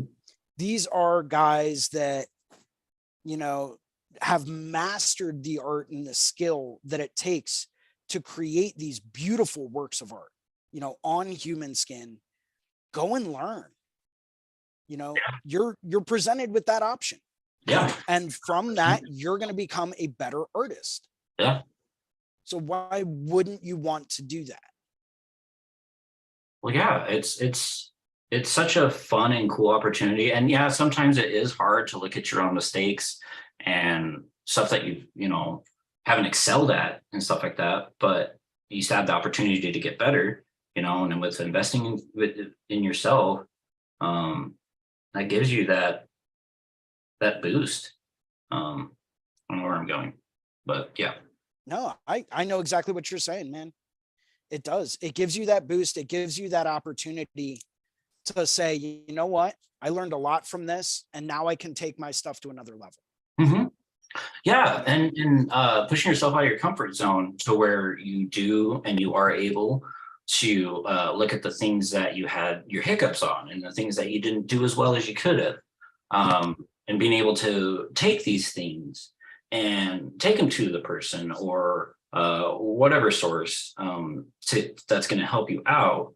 It's just going to do nothing but again fail forward to learn from, well, this is what I did wrong here, so next time I'll definitely be able to do a lot better because I have A, B, and C underneath my belt now. And it's scary though, you know, trying to take your artwork to an artist that you look up to and stuff like that. It can definitely be nerve-wracking. Because like I want to always nerve-wracking. Yeah, it's because you like it's your heart and soul and your everything in just some pictures. Right. And to take it to somebody to where they're gonna be like, oh, you did this wrong, this wrong, this wrong. Yeah, it's gonna suck. And you're gonna hate it, but it's for the betterment, you know. Well, and that's the thing, right? We're always trying to improve with everything, and you have to go into it understanding that it's not. Yeah, you might hate it, but you know what? At the same time, you can't, because that's what's going to help you become a better person and a better artist. Yeah. You know, so I welcome it. Yeah. I'm like, yeah, tear my stuff apart. You know. Absolutely rip me to shreds. By all means, do the things, right? Because that's just going to make me better. It's going to point out what I really need to work on. It's going to tell me that, oh, okay, I need to work on line work application, contrast, you know, patchy color. Okay, well, now I know I need to work on my color saturation.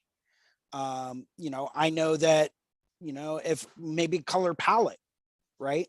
Maybe I need to make some adjustments in the palettes that I'm using to get more neutral and more like grayed out, not necessarily opaque. What's the word I'm looking for? More neutralized colors in there to really allow brighter colors to stand forward. Oh yeah, Maybe I need to do that. Yeah. You know, but you don't know unless you ask. Yeah. And asking is terrifying. It is.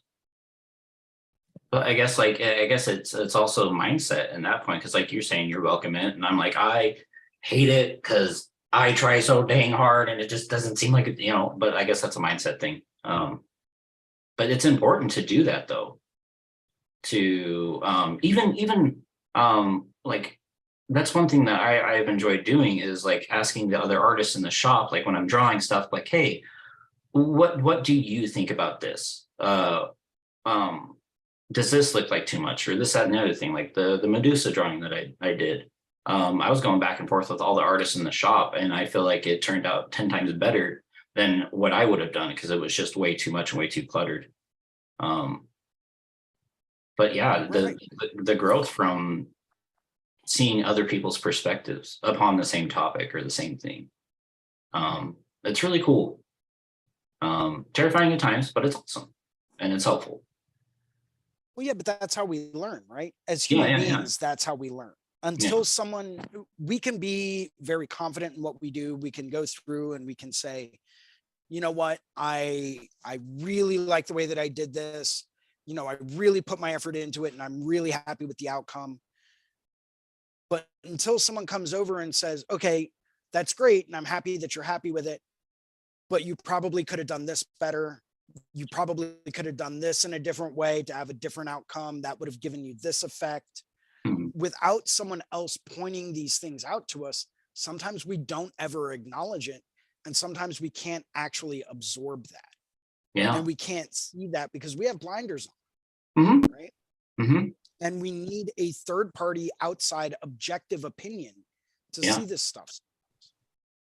100%, because like I get lost, like getting lost in the details of your drawing and this, that, and the other thing.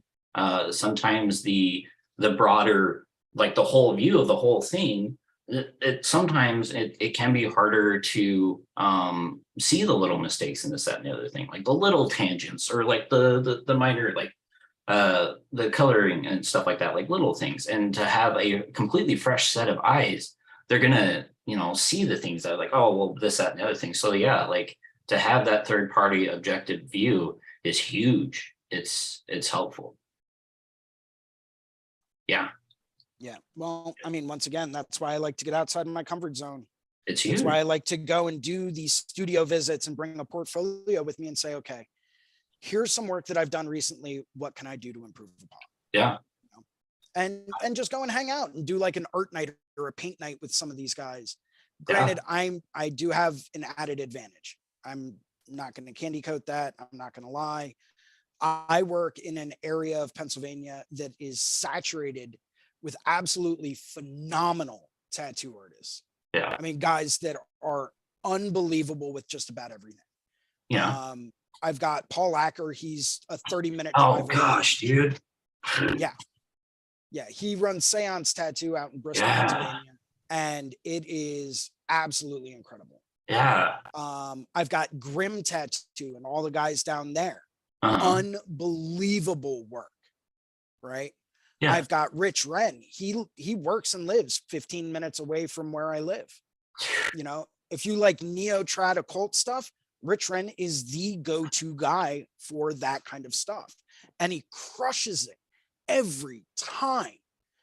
I've got guys like Nick Kaiser, Dead Meat. Yeah. He's 20, 30 minutes away from me. Jeez, if I want to drive a little bit further, I can go to Athens Tattoo Company. And I can go and watch Gonzo Tattoo. I can watch Harlan Kantner Tattoo or Ali Sin Tattoo.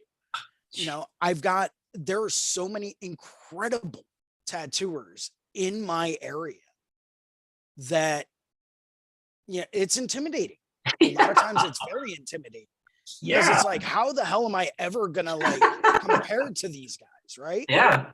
Well, and it's scary as hell. It is. And it's like how we talk, like the whole don't be the smartest person in the room, be in the room full of smart people. It's kind of that, to where it's just like Ty McEwen, he's like an hour and a half away from where I'm at. Oh, and, God. Josh, I'm actually really happy I live far enough away from him. I can't go to that studio because like that's a whole nother level of just like, how did you get here? Right. That's a level of intimidation that is ridiculous. for the perfect reason why I'm actually pretty happy. I live, quite a distance away from Guy. Otherwise I'd be stopping by Guy's place every now and then being like, can I get a critique? Yeah. What can I do better on this? Right. And next thing you know, they'd be really annoyed with me and blah, blah, blah, blah, blah. But what do you it's like, so I've become friends with some of these guys, like Rich Wren, right? Where, I can stop by his studio at any time, even if he's mid tattoo, and he'll be like, oh yeah, I'll take a quick break. Let me take a look, and we'll get together and we'll do draw nights and paint nights. And we'll talk about techniques and we'll talk about materials and supplies.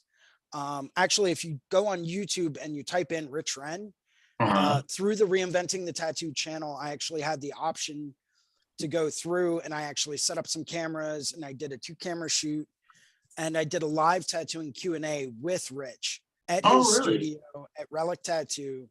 And I think I did it in the springtime and it was absolutely mind blowing.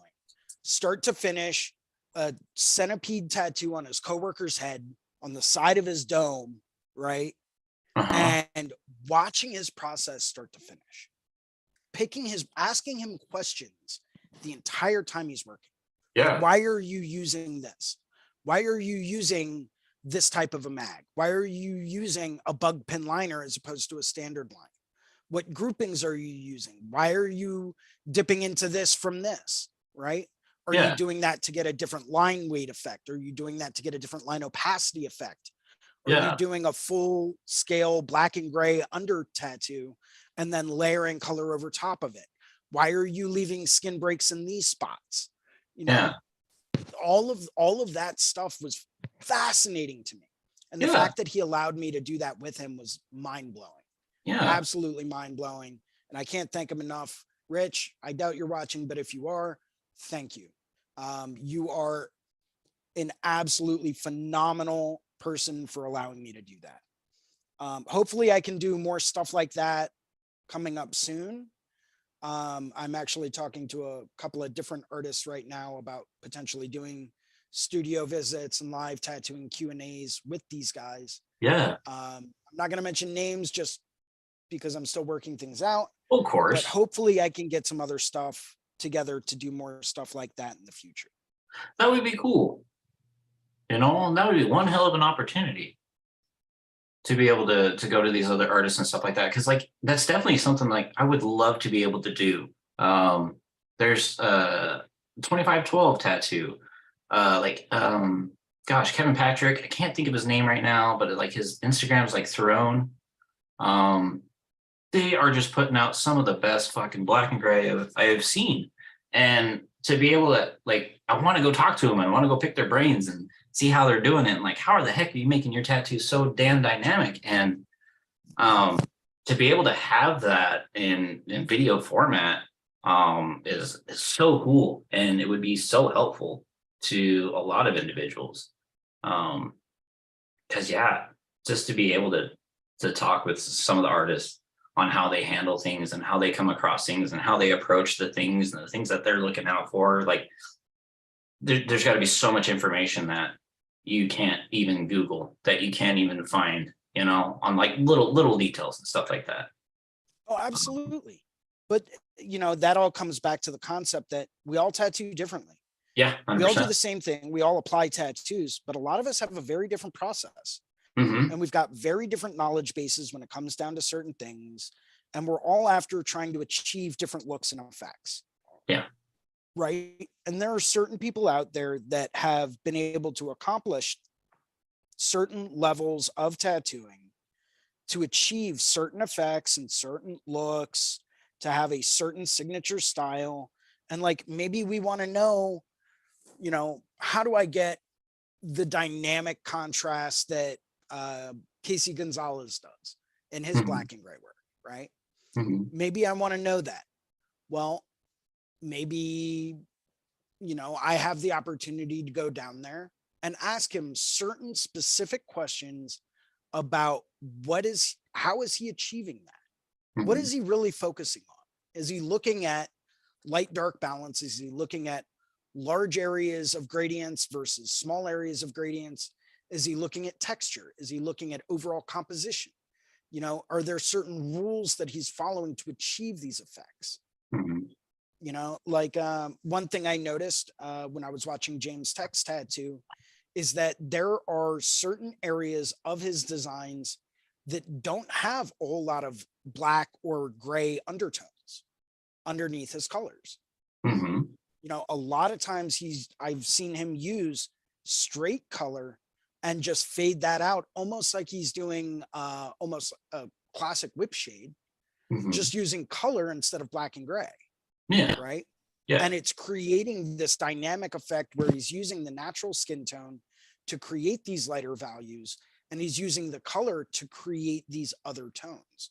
And it was like, okay, so he's not doing a whole black and gray underpainting for these tattoos, and he's not layering color right over the top. He is in certain spots, but he's very selective about that. Yeah. Right. Because he knows that's going to mute that color down. Yeah. So it blew my mind just to watch that and see that.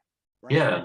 So we all do the same things. We all are going after and I think we all have the same goal, and that's to tattoo better, or to tattoo at an elevated skill level. Yeah. I don't know about a lot of other people that might be watching, but that's my goal. Oh yeah. Right? My goal is to tattoo at that kind of a level where I can turn around and be like, yeah, I can do that, and absolutely crush the tattoo. Yeah. And like if the people that are watching 100% have that goal in mind, because like that's why they're watching, you know, that's one of the reasons why I, you know, started interacting with Reinventing and then signing up for the class and stuff like that, is to like get better. And to push yourself outside of your comfort zone and to talk to people about things and just learn. Yeah, it's 100%. That's why they're here. Yeah, and we all have something to add and something to contribute. Yeah. You know? And I kind of feel bad for certain people out there that think that they don't really have anything to contribute, because everyone out there does. And I don't care how deep into tattooing you are. It doesn't matter if you're first year. It doesn't matter if it's your 8th year. It doesn't matter if you've been doing it for 30 years, right? We all have something different that we can contribute to this industry.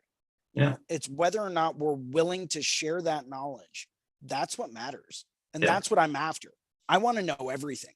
I want to know how to achieve these smooth black and gray tones. I want to know how to create the dynamic textures that I see. I want to know how to create a better color balance in my tattoos. Yeah. You know, I want to know, how does Guy get those organic textures, right? Yeah. How does he do that? Yeah. It's like magic. He's like a magical creature with that kind of stuff, right? You know? And for the longest time I was like, but how? So I've been on a lifelong quest to try to figure that out. And it all comes down to, are you willing to take that chance, get out of your comfort zone, and ask the questions that you want to ask? Shoot someone an email, you know, identify yourself as a tattoo artist saying, hey, listen, I'm so-and-so from wherever, you know, I'm trying to become a better artist at what I'm doing. Can I ask you a few questions about how you achieve the looks and effects that you have been able to achieve with your tattoos? Yeah. You know, is there something specific you're focusing on, or, you know, outside of like the basic blanket answer? Yeah, everything, right? If I went to any tattooer out there, including yourself, and I said, if there was one thing you focus on over everything else in your tattoos, what would it be? Line weight, contrast, composition, 30. color balance, everything, right? Yeah. We have to focus on everything. Yeah. Right? But that's a blanket 30. answer. You know, it's a blanket answer that doesn't really help, right? So identifying certain things, like looking at Jeff Gogwe's work, for example, right? Jeff Gogwe is very fundamental when it comes down to line work. He's like, he even said in one of his YouTube videos, he's like, that's something that I really focus a lot on, is line work. Because if you have a great line drawing for a tattoo and a great line work foundation for a tattoo, anything you do on top of that is just going to make that better. Yeah. Right. Yeah. So that's something that he focuses on. Other people might focus on texture. Other people might focus more on light or contrast. Other people might focus more on composition, right? So maybe their line work is kind of not necessarily like, you know, maybe it's not 100% perfect. It's still very, very good. But maybe that's not their primary focus. They're like, yeah, I'll put in lines where I need to, but I don't usually like to outline things. Okay, cool. So we know you're not focusing on that. Yeah. It's like maybe you're focusing more on that depth or light source or graphic style or something like that. Yeah, but you never know until you ask. Yeah. Yeah. And it's almost like out in like the doctor fields where you have like a knee surgeon and a foot surgeon and like a hip surgeon and like these surgeons that focus on these very specific things in the entire field of like the medical field and stuff like that. It's kind of that similarities to where like you got these people that focus on the texture and people that focus on line weights and these different styles and stuff like that. So it's kind of a cool concept to be like a like doctor or whatever, going to other doctors and asking them what they have found very interesting or what they've learned, focusing on this one specific topic. So it's that's cool. I like, yeah. That's awesome. You know, well, if we want to compare it to the medical field, imagine being like a knee surgeon or an ankle surgeon or some type of orthotic surgeon, and then going to attend a seminar or a conference on like a cardiothoracic conference, right? Okay. And going through and focusing on more of the interns, like cardiology, you know, attending a conference on the heart and the way that works. Yeah. Maybe there's something in there that can translate into what you do. Maybe it's just a tiny little nugget of information that could help completely transform what you do.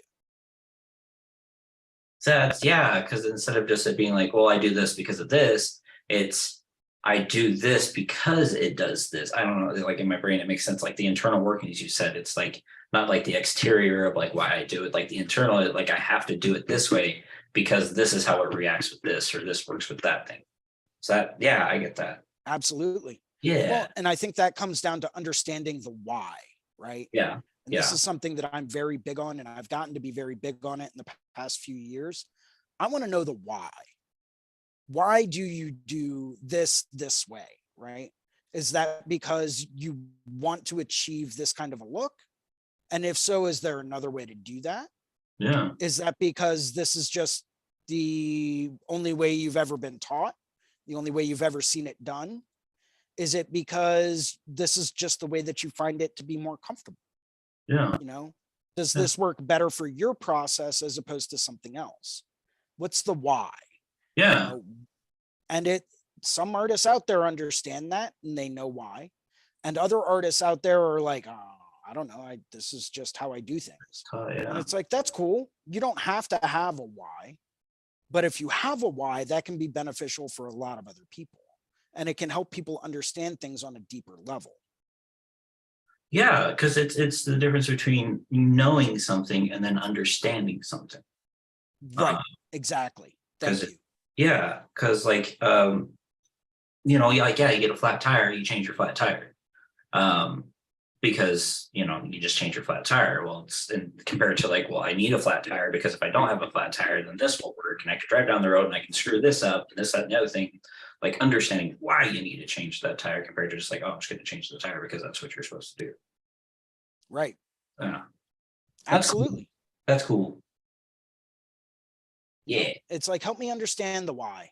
Because and it's something that I find a lot of younger tattooers in this day and age, they're not taught the why.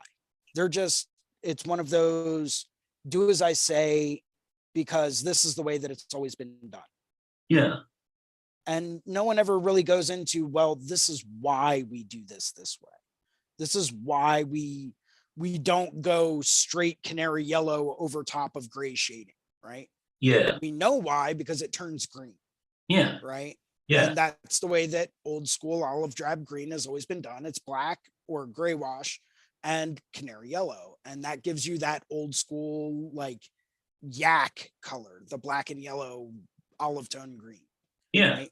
Yeah. We know the why there, right? Yeah. So we know we have to have a transition tone, and that transition tone from, say, a black to an orange based brown to that golden yellow or that canary yellow.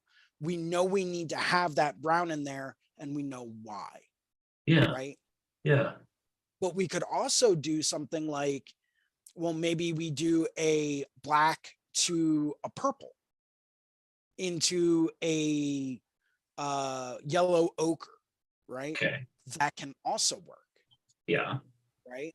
Because any color that you put over top of that is going to neutralize, and it's going to help prevent that green from showing up. Now, if you want a warmer shadow there or a cooler shadow, that's going to kind of depend on the color that you use. Maybe you want to use that orange base brown because you want to have that nice warm transition. Maybe you want to get more of a cool transition in there. So maybe you want to use something more of like a neutralized brown, or maybe even like a light purple, and then mixing the yellow with that to create that muted yellow tone. It's going to create a much cooler color gradient.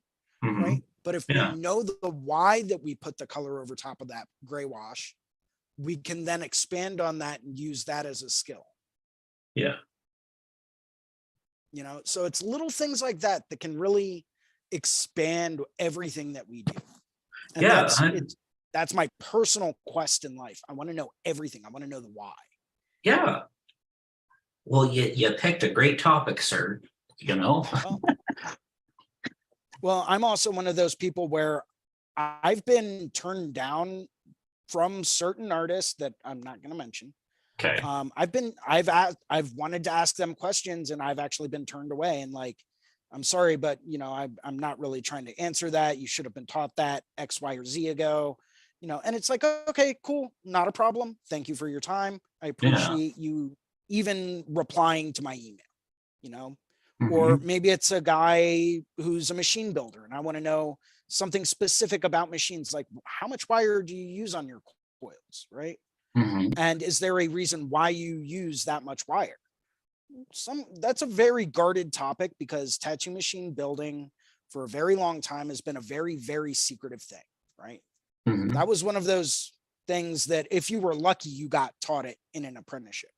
Mm-hmm. If you weren't lucky, you were just told, buy these and do it this way, and that's all you get. Yeah.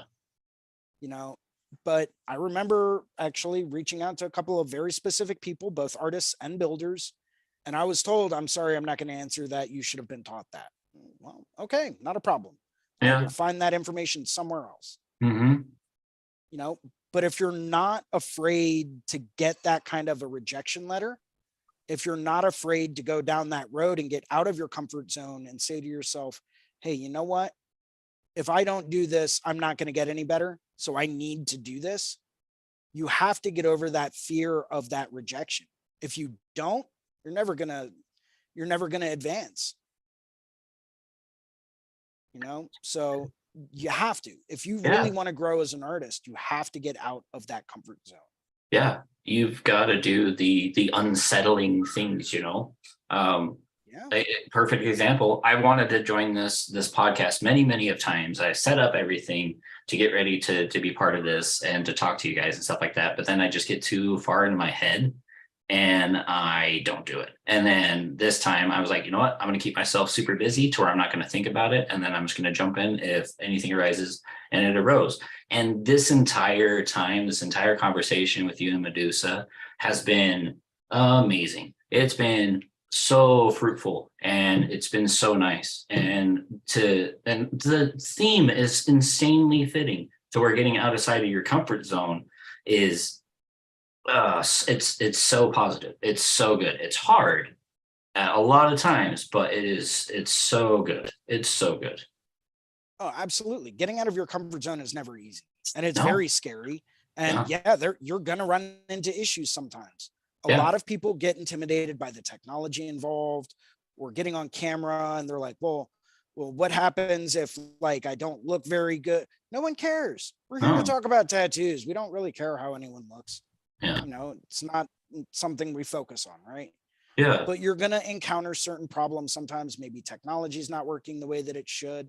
That's okay. That's part of getting outside of your comfort zone. It's going to happen. You will encounter problems. It's going to be scary, but you will overcome it. Yeah. You will. And you're going to be a better person for tackling that kind of a problem. Yeah. 100%. Gosh, this has been so damn cool. Well, I'm happy to have you on here, man. You know, you're always constantly commenting in the YouTubes and everywhere else. And, you know, I'm really happy to have you on here. Oh, cool. I'm definitely thankful to be on here, man, to be able to talk to other artists and to talk to you, because like you've always got so much knowledge upon the topic that comes up and stuff like that. So it's definitely appreciated to be able to talk to somebody that definitely adds new light to a bunch of different things that I didn't think of, and it keeps it a lot more engaging. Like Medusa was talking about earlier, making it more engaging instead of expecting it to be engaging. Right. Yeah. Oh gosh, what is it? It's the you get what you put into it, I guess. So yeah, if you don't interact, nothing's gonna happen. So yeah. Absolutely. If you don't want to interact and you don't want to ask questions, that's fine, but you're never going to gain the knowledge that you're seeking unless you do interact. Right. Yeah. And you're right. It all comes down to what are you putting into it? And because if you're not putting anything into it, you're not going to get anything out of it. Obviously, nothing in life is free. There's got to be a sacrifice somewhere. Give and take, man. Give and take. Yeah, absolutely. But that's what makes things so valuable. Yeah. Social currency. Okay. Truth. Social currency. Okay. That is a thing. I think I kind of overdid it with the mushrooms.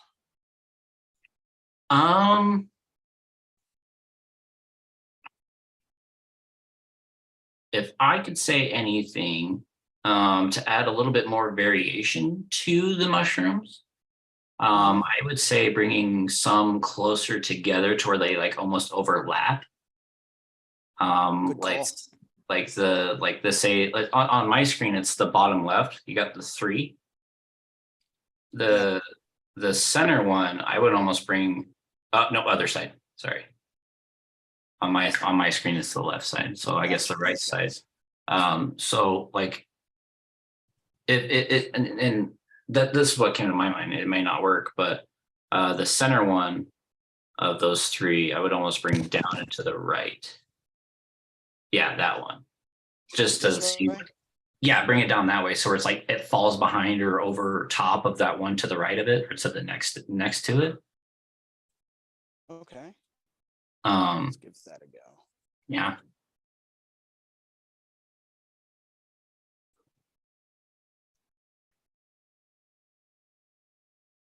Let's do this.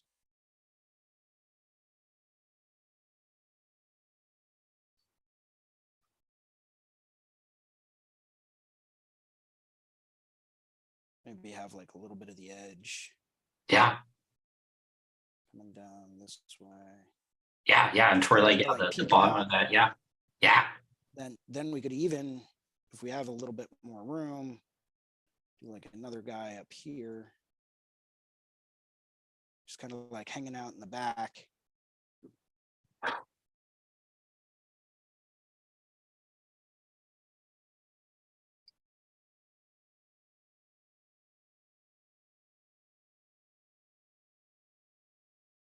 Yeah, I like that because it has that little tiny bit of light coming through there right next to the next mushroom underneath the cap. That's and the visual weight wise, like that's awesome.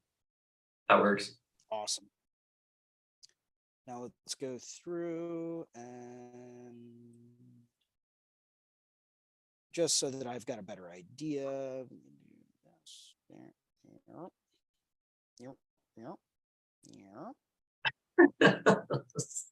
I like sound effects. They make the drawings better. It's a scientific fact. It's a scientific fact.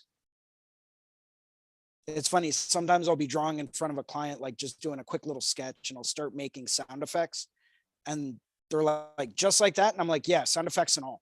They're like, 100%. really? And I'm like, every time you see this, you will think of that sound effect. I can guarantee it. My wife does that to me all the time. She's like, yep, just like that. It's like, yep, 100%, just like that.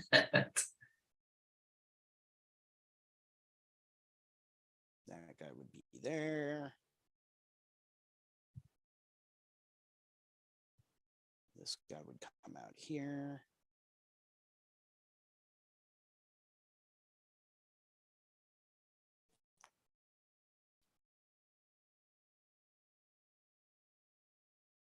Yeah, just a couple of silhouetted little guys. Yeah.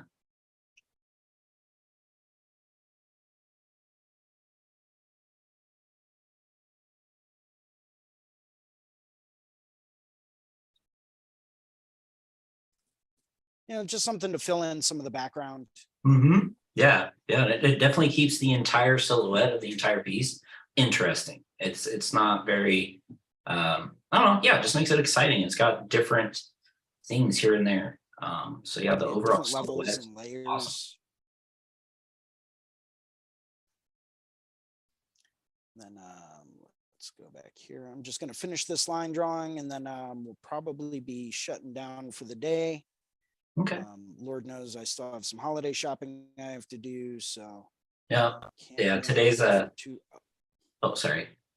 I was going to say, actually, I don't have time to do holiday shopping because I have a studio holiday party to go to. Oh, that sounds so exciting. I'm going to have to put that off another day. But yeah, we're the owner of the studio I work for always likes to do fun little holiday get together things. And it's really good for morale and team building, and just a sense of community. Yeah. Where, hey, yeah, we all work together, but you know what? We can also do fun things together as well. Yeah. Yeah. It's good for the shop. The overall vibe of the tattoo shop. It definitely helps out. So I've done the whole separate rooms for every artist and comparing that to the open room to where all the artists can like talk to each other. Definitely pros and cons to each ones, but yeah, the morale is awesome. Well, I've always been a big advocate for, working in studios with other artists. I just found that the value that's brought by other artists' opinions and by having that additional knowledge base and those other concepts that are there, those other way of viewing different things, it's absolutely valuable to the extent that most people don't even realize it.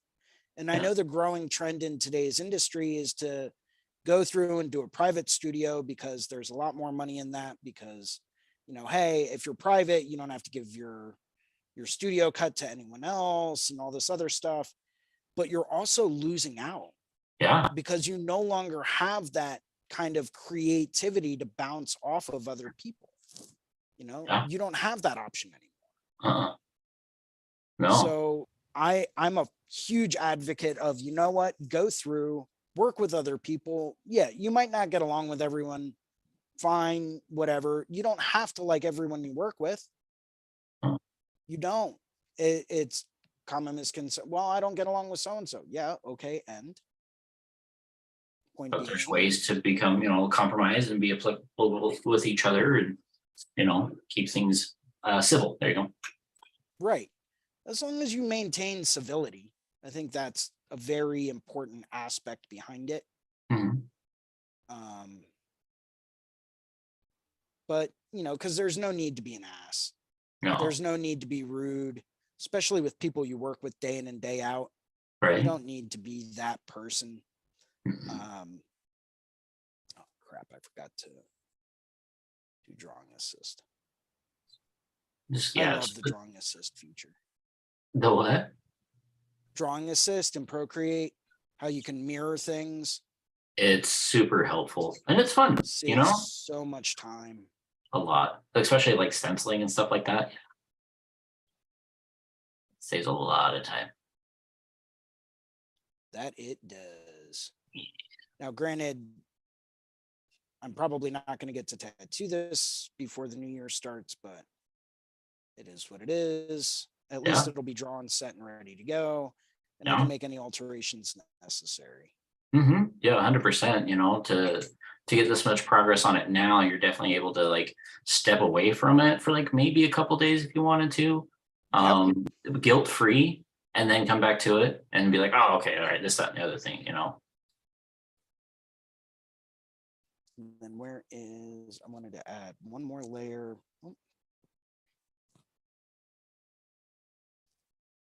Here, and just do a quick little to kind of show the level of water or fluid inside this. Yeah. Maybe I'll cut it a little bit lower, so that way it actually looks like it's a bottle. And then I'll take my line drawing of the skull that I did. I'll just erase that part here. Yeah. Something like that. Yeah. Should be pretty cool. It's looking rad, man. Yeah, the person this is going on works at a dispensary, so I wanted to make sure that I included like a tiny little pot leaf at the top. But they also have a cat, and I was like, cool. Well, you like the idea of skulls. What if we did a cat skull? So we drew up a cat skull to throw that in this potion bottle. Maybe I'll add like a couple of little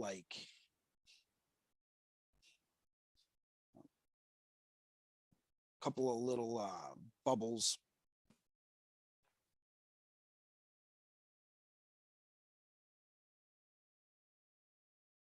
You know, coming up, something like that. Yeah. Yeah, that'll be way cool.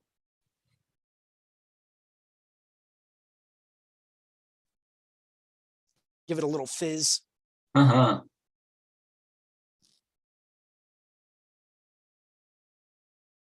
Did you just make that brush just now?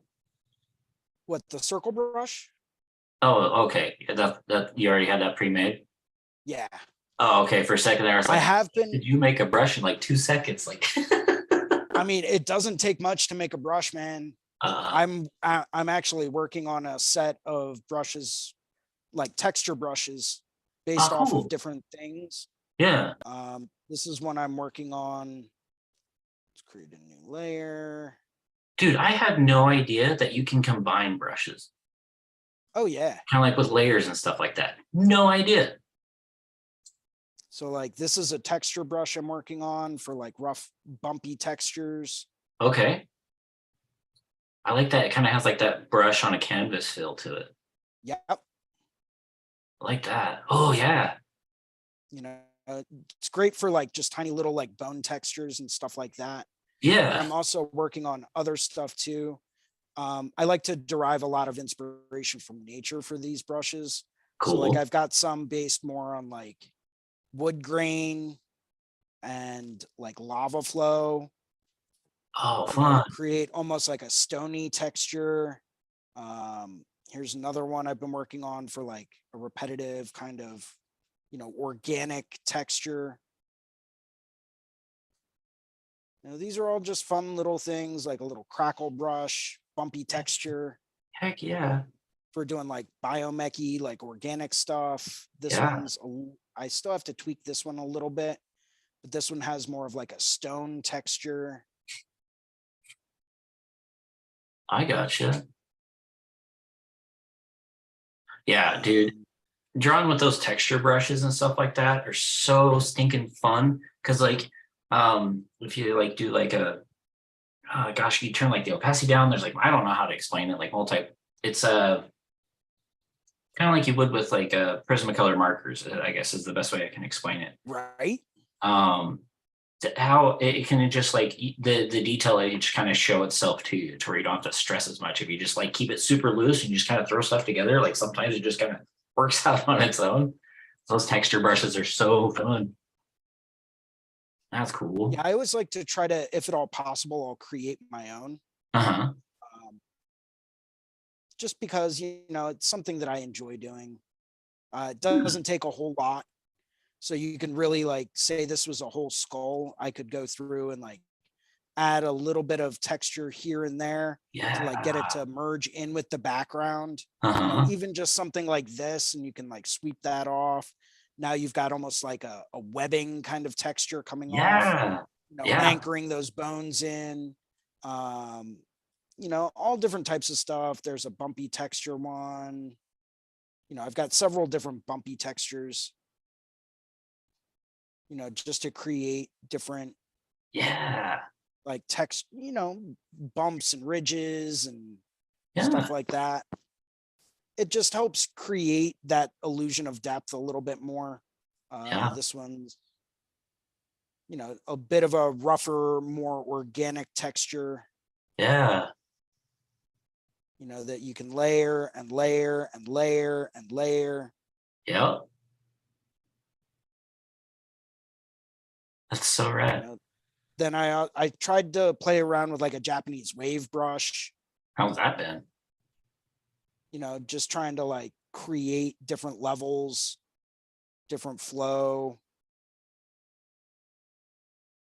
Just so that if I had directional lines, I could very easily go through and create like different levels and waves. What I found though is that they ended up being too static. So like it's cool for directional flow, but I see that like working with because they're all the same, because it's a stamp brush and it's just a repetitive stamp brush, it almost became too static. Because each wave is identical to the one below it.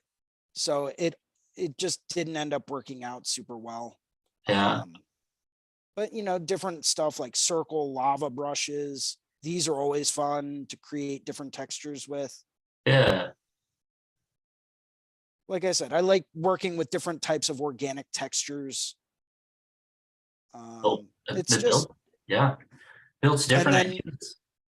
So one thing you can do, by the way, if you are into building your own brushes, play around with the rotation on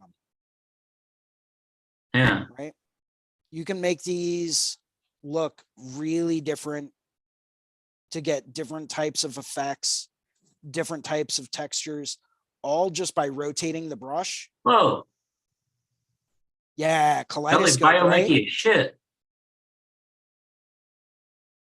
Almost like a spinal column, right? Yeah. So got opacity turned way down. That finger wave one that you had earlier, like I could see that working with like if you did like some type of like mandala or something like that, but that would be like more of like a one-off thing. Wouldn't be able to. So you can get really fun and creative with it. But creating brushes is super, super easy. Maybe I'll go through and create a separate YouTube video on just how to create your own Procreate brushes. But, even from something like a simple value study, right? Go through and do a value study of like a sphere or a bubble or a pearl or a mushroom, right? You can go through, you can create a simple line drawing and you can make that a stamp if you want to. And now all you have to do, you need a mushroom, boom, there's a mushroom. Or you can do a value study of it and you can create a whole value study of a mushroom. And then you can create line drawings and all that stuff from there. But it's actually really, really easy to do. Cool. Yeah, I'll have to play around with that more. I've only messed with like little things. And I always stick to my marker brush and then like my airbrush. Like that's basically all I use. But yeah, I can see I've got more brushes than I know what to do with. Like this is just to give you an idea, like this is all of the brushes that I have currently loaded in my library. Most of them are from Tattoo Smart. But like I've found other ones like paint splatter brushes and watercolor block brushes and watercolor splatter brushes. So if I need like a blood splatter or whatever, or some kind of a textured splatter brush, I've got it if I need it, and then from there you can always go through and be like, oh yeah, here's some splatter here, go through, do a little bit of erasing. There's an ink splatter for like a watercolor tattoo, right? Not that I advocate getting watercolor tattoos. I do not, but it is there. Yeah. Different types of hair brushes, right? So if you're working on a portrait or trying to draw a pinup or something like that, Yeah. using a hairbrush to create that hair texture instead of doing like each individual line. Right. You know, and then just building up your levels of dark and light. You know, makes things super easy. Heck yeah. You know, it's all different types of ways to get the mock-up done so that you can turn around to someone and be like, yeah, I can do that. That's not a problem. Yeah. Or like, say you have calligraphy to draw, right? Drawing calligraphy can be very, very easy with the right brush. Well, that's that one. Where is...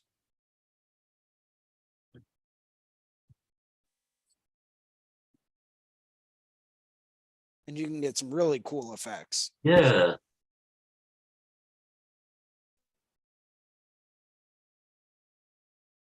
Not that one. I don't like that one. That one almost looks like it has a glow to it. You know, just different straight kinds of calligraphy. You know, it's pretty easy. It's pretty fun. That's way cool.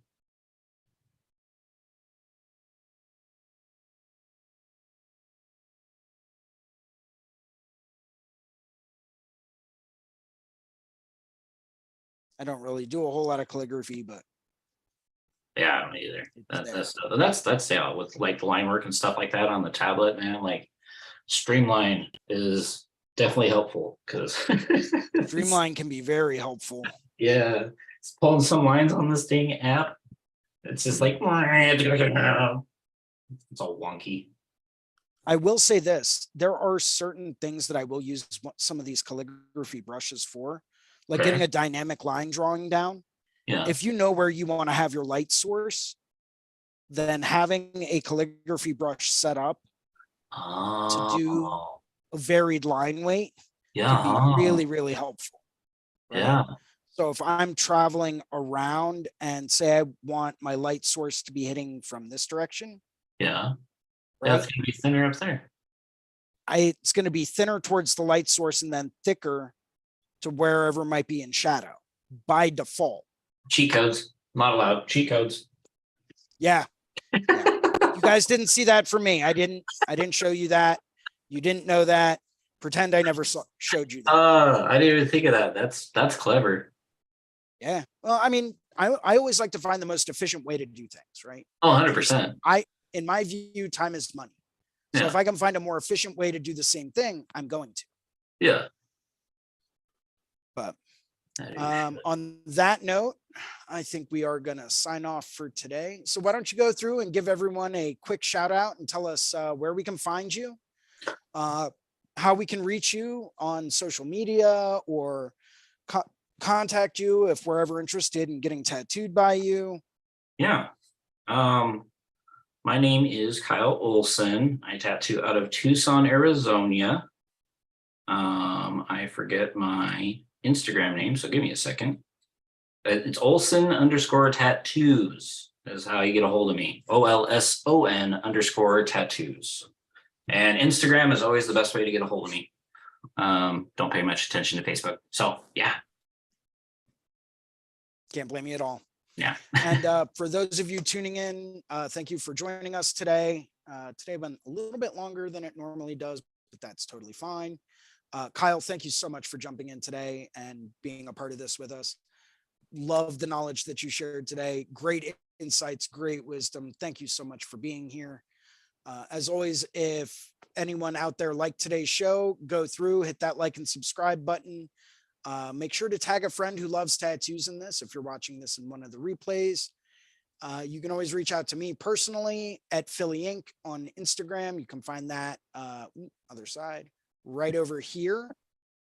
I'm trying to get better with this whole, like, you know, where I'm putting the Instagram thing. So it's like right about there. feel free to reach out to me on Instagram if you guys ever have any questions, comments, concerns. You can always email management@reinventingthetattoo.com for any critiques, or if you want to become a part of the show one day. Love to hear from you. Thank you guys for tuning in. Keep those hands busy, keep them moving, and yeah, get out of your comfort zone. Sounds good. Thank you, Jason. Thanks.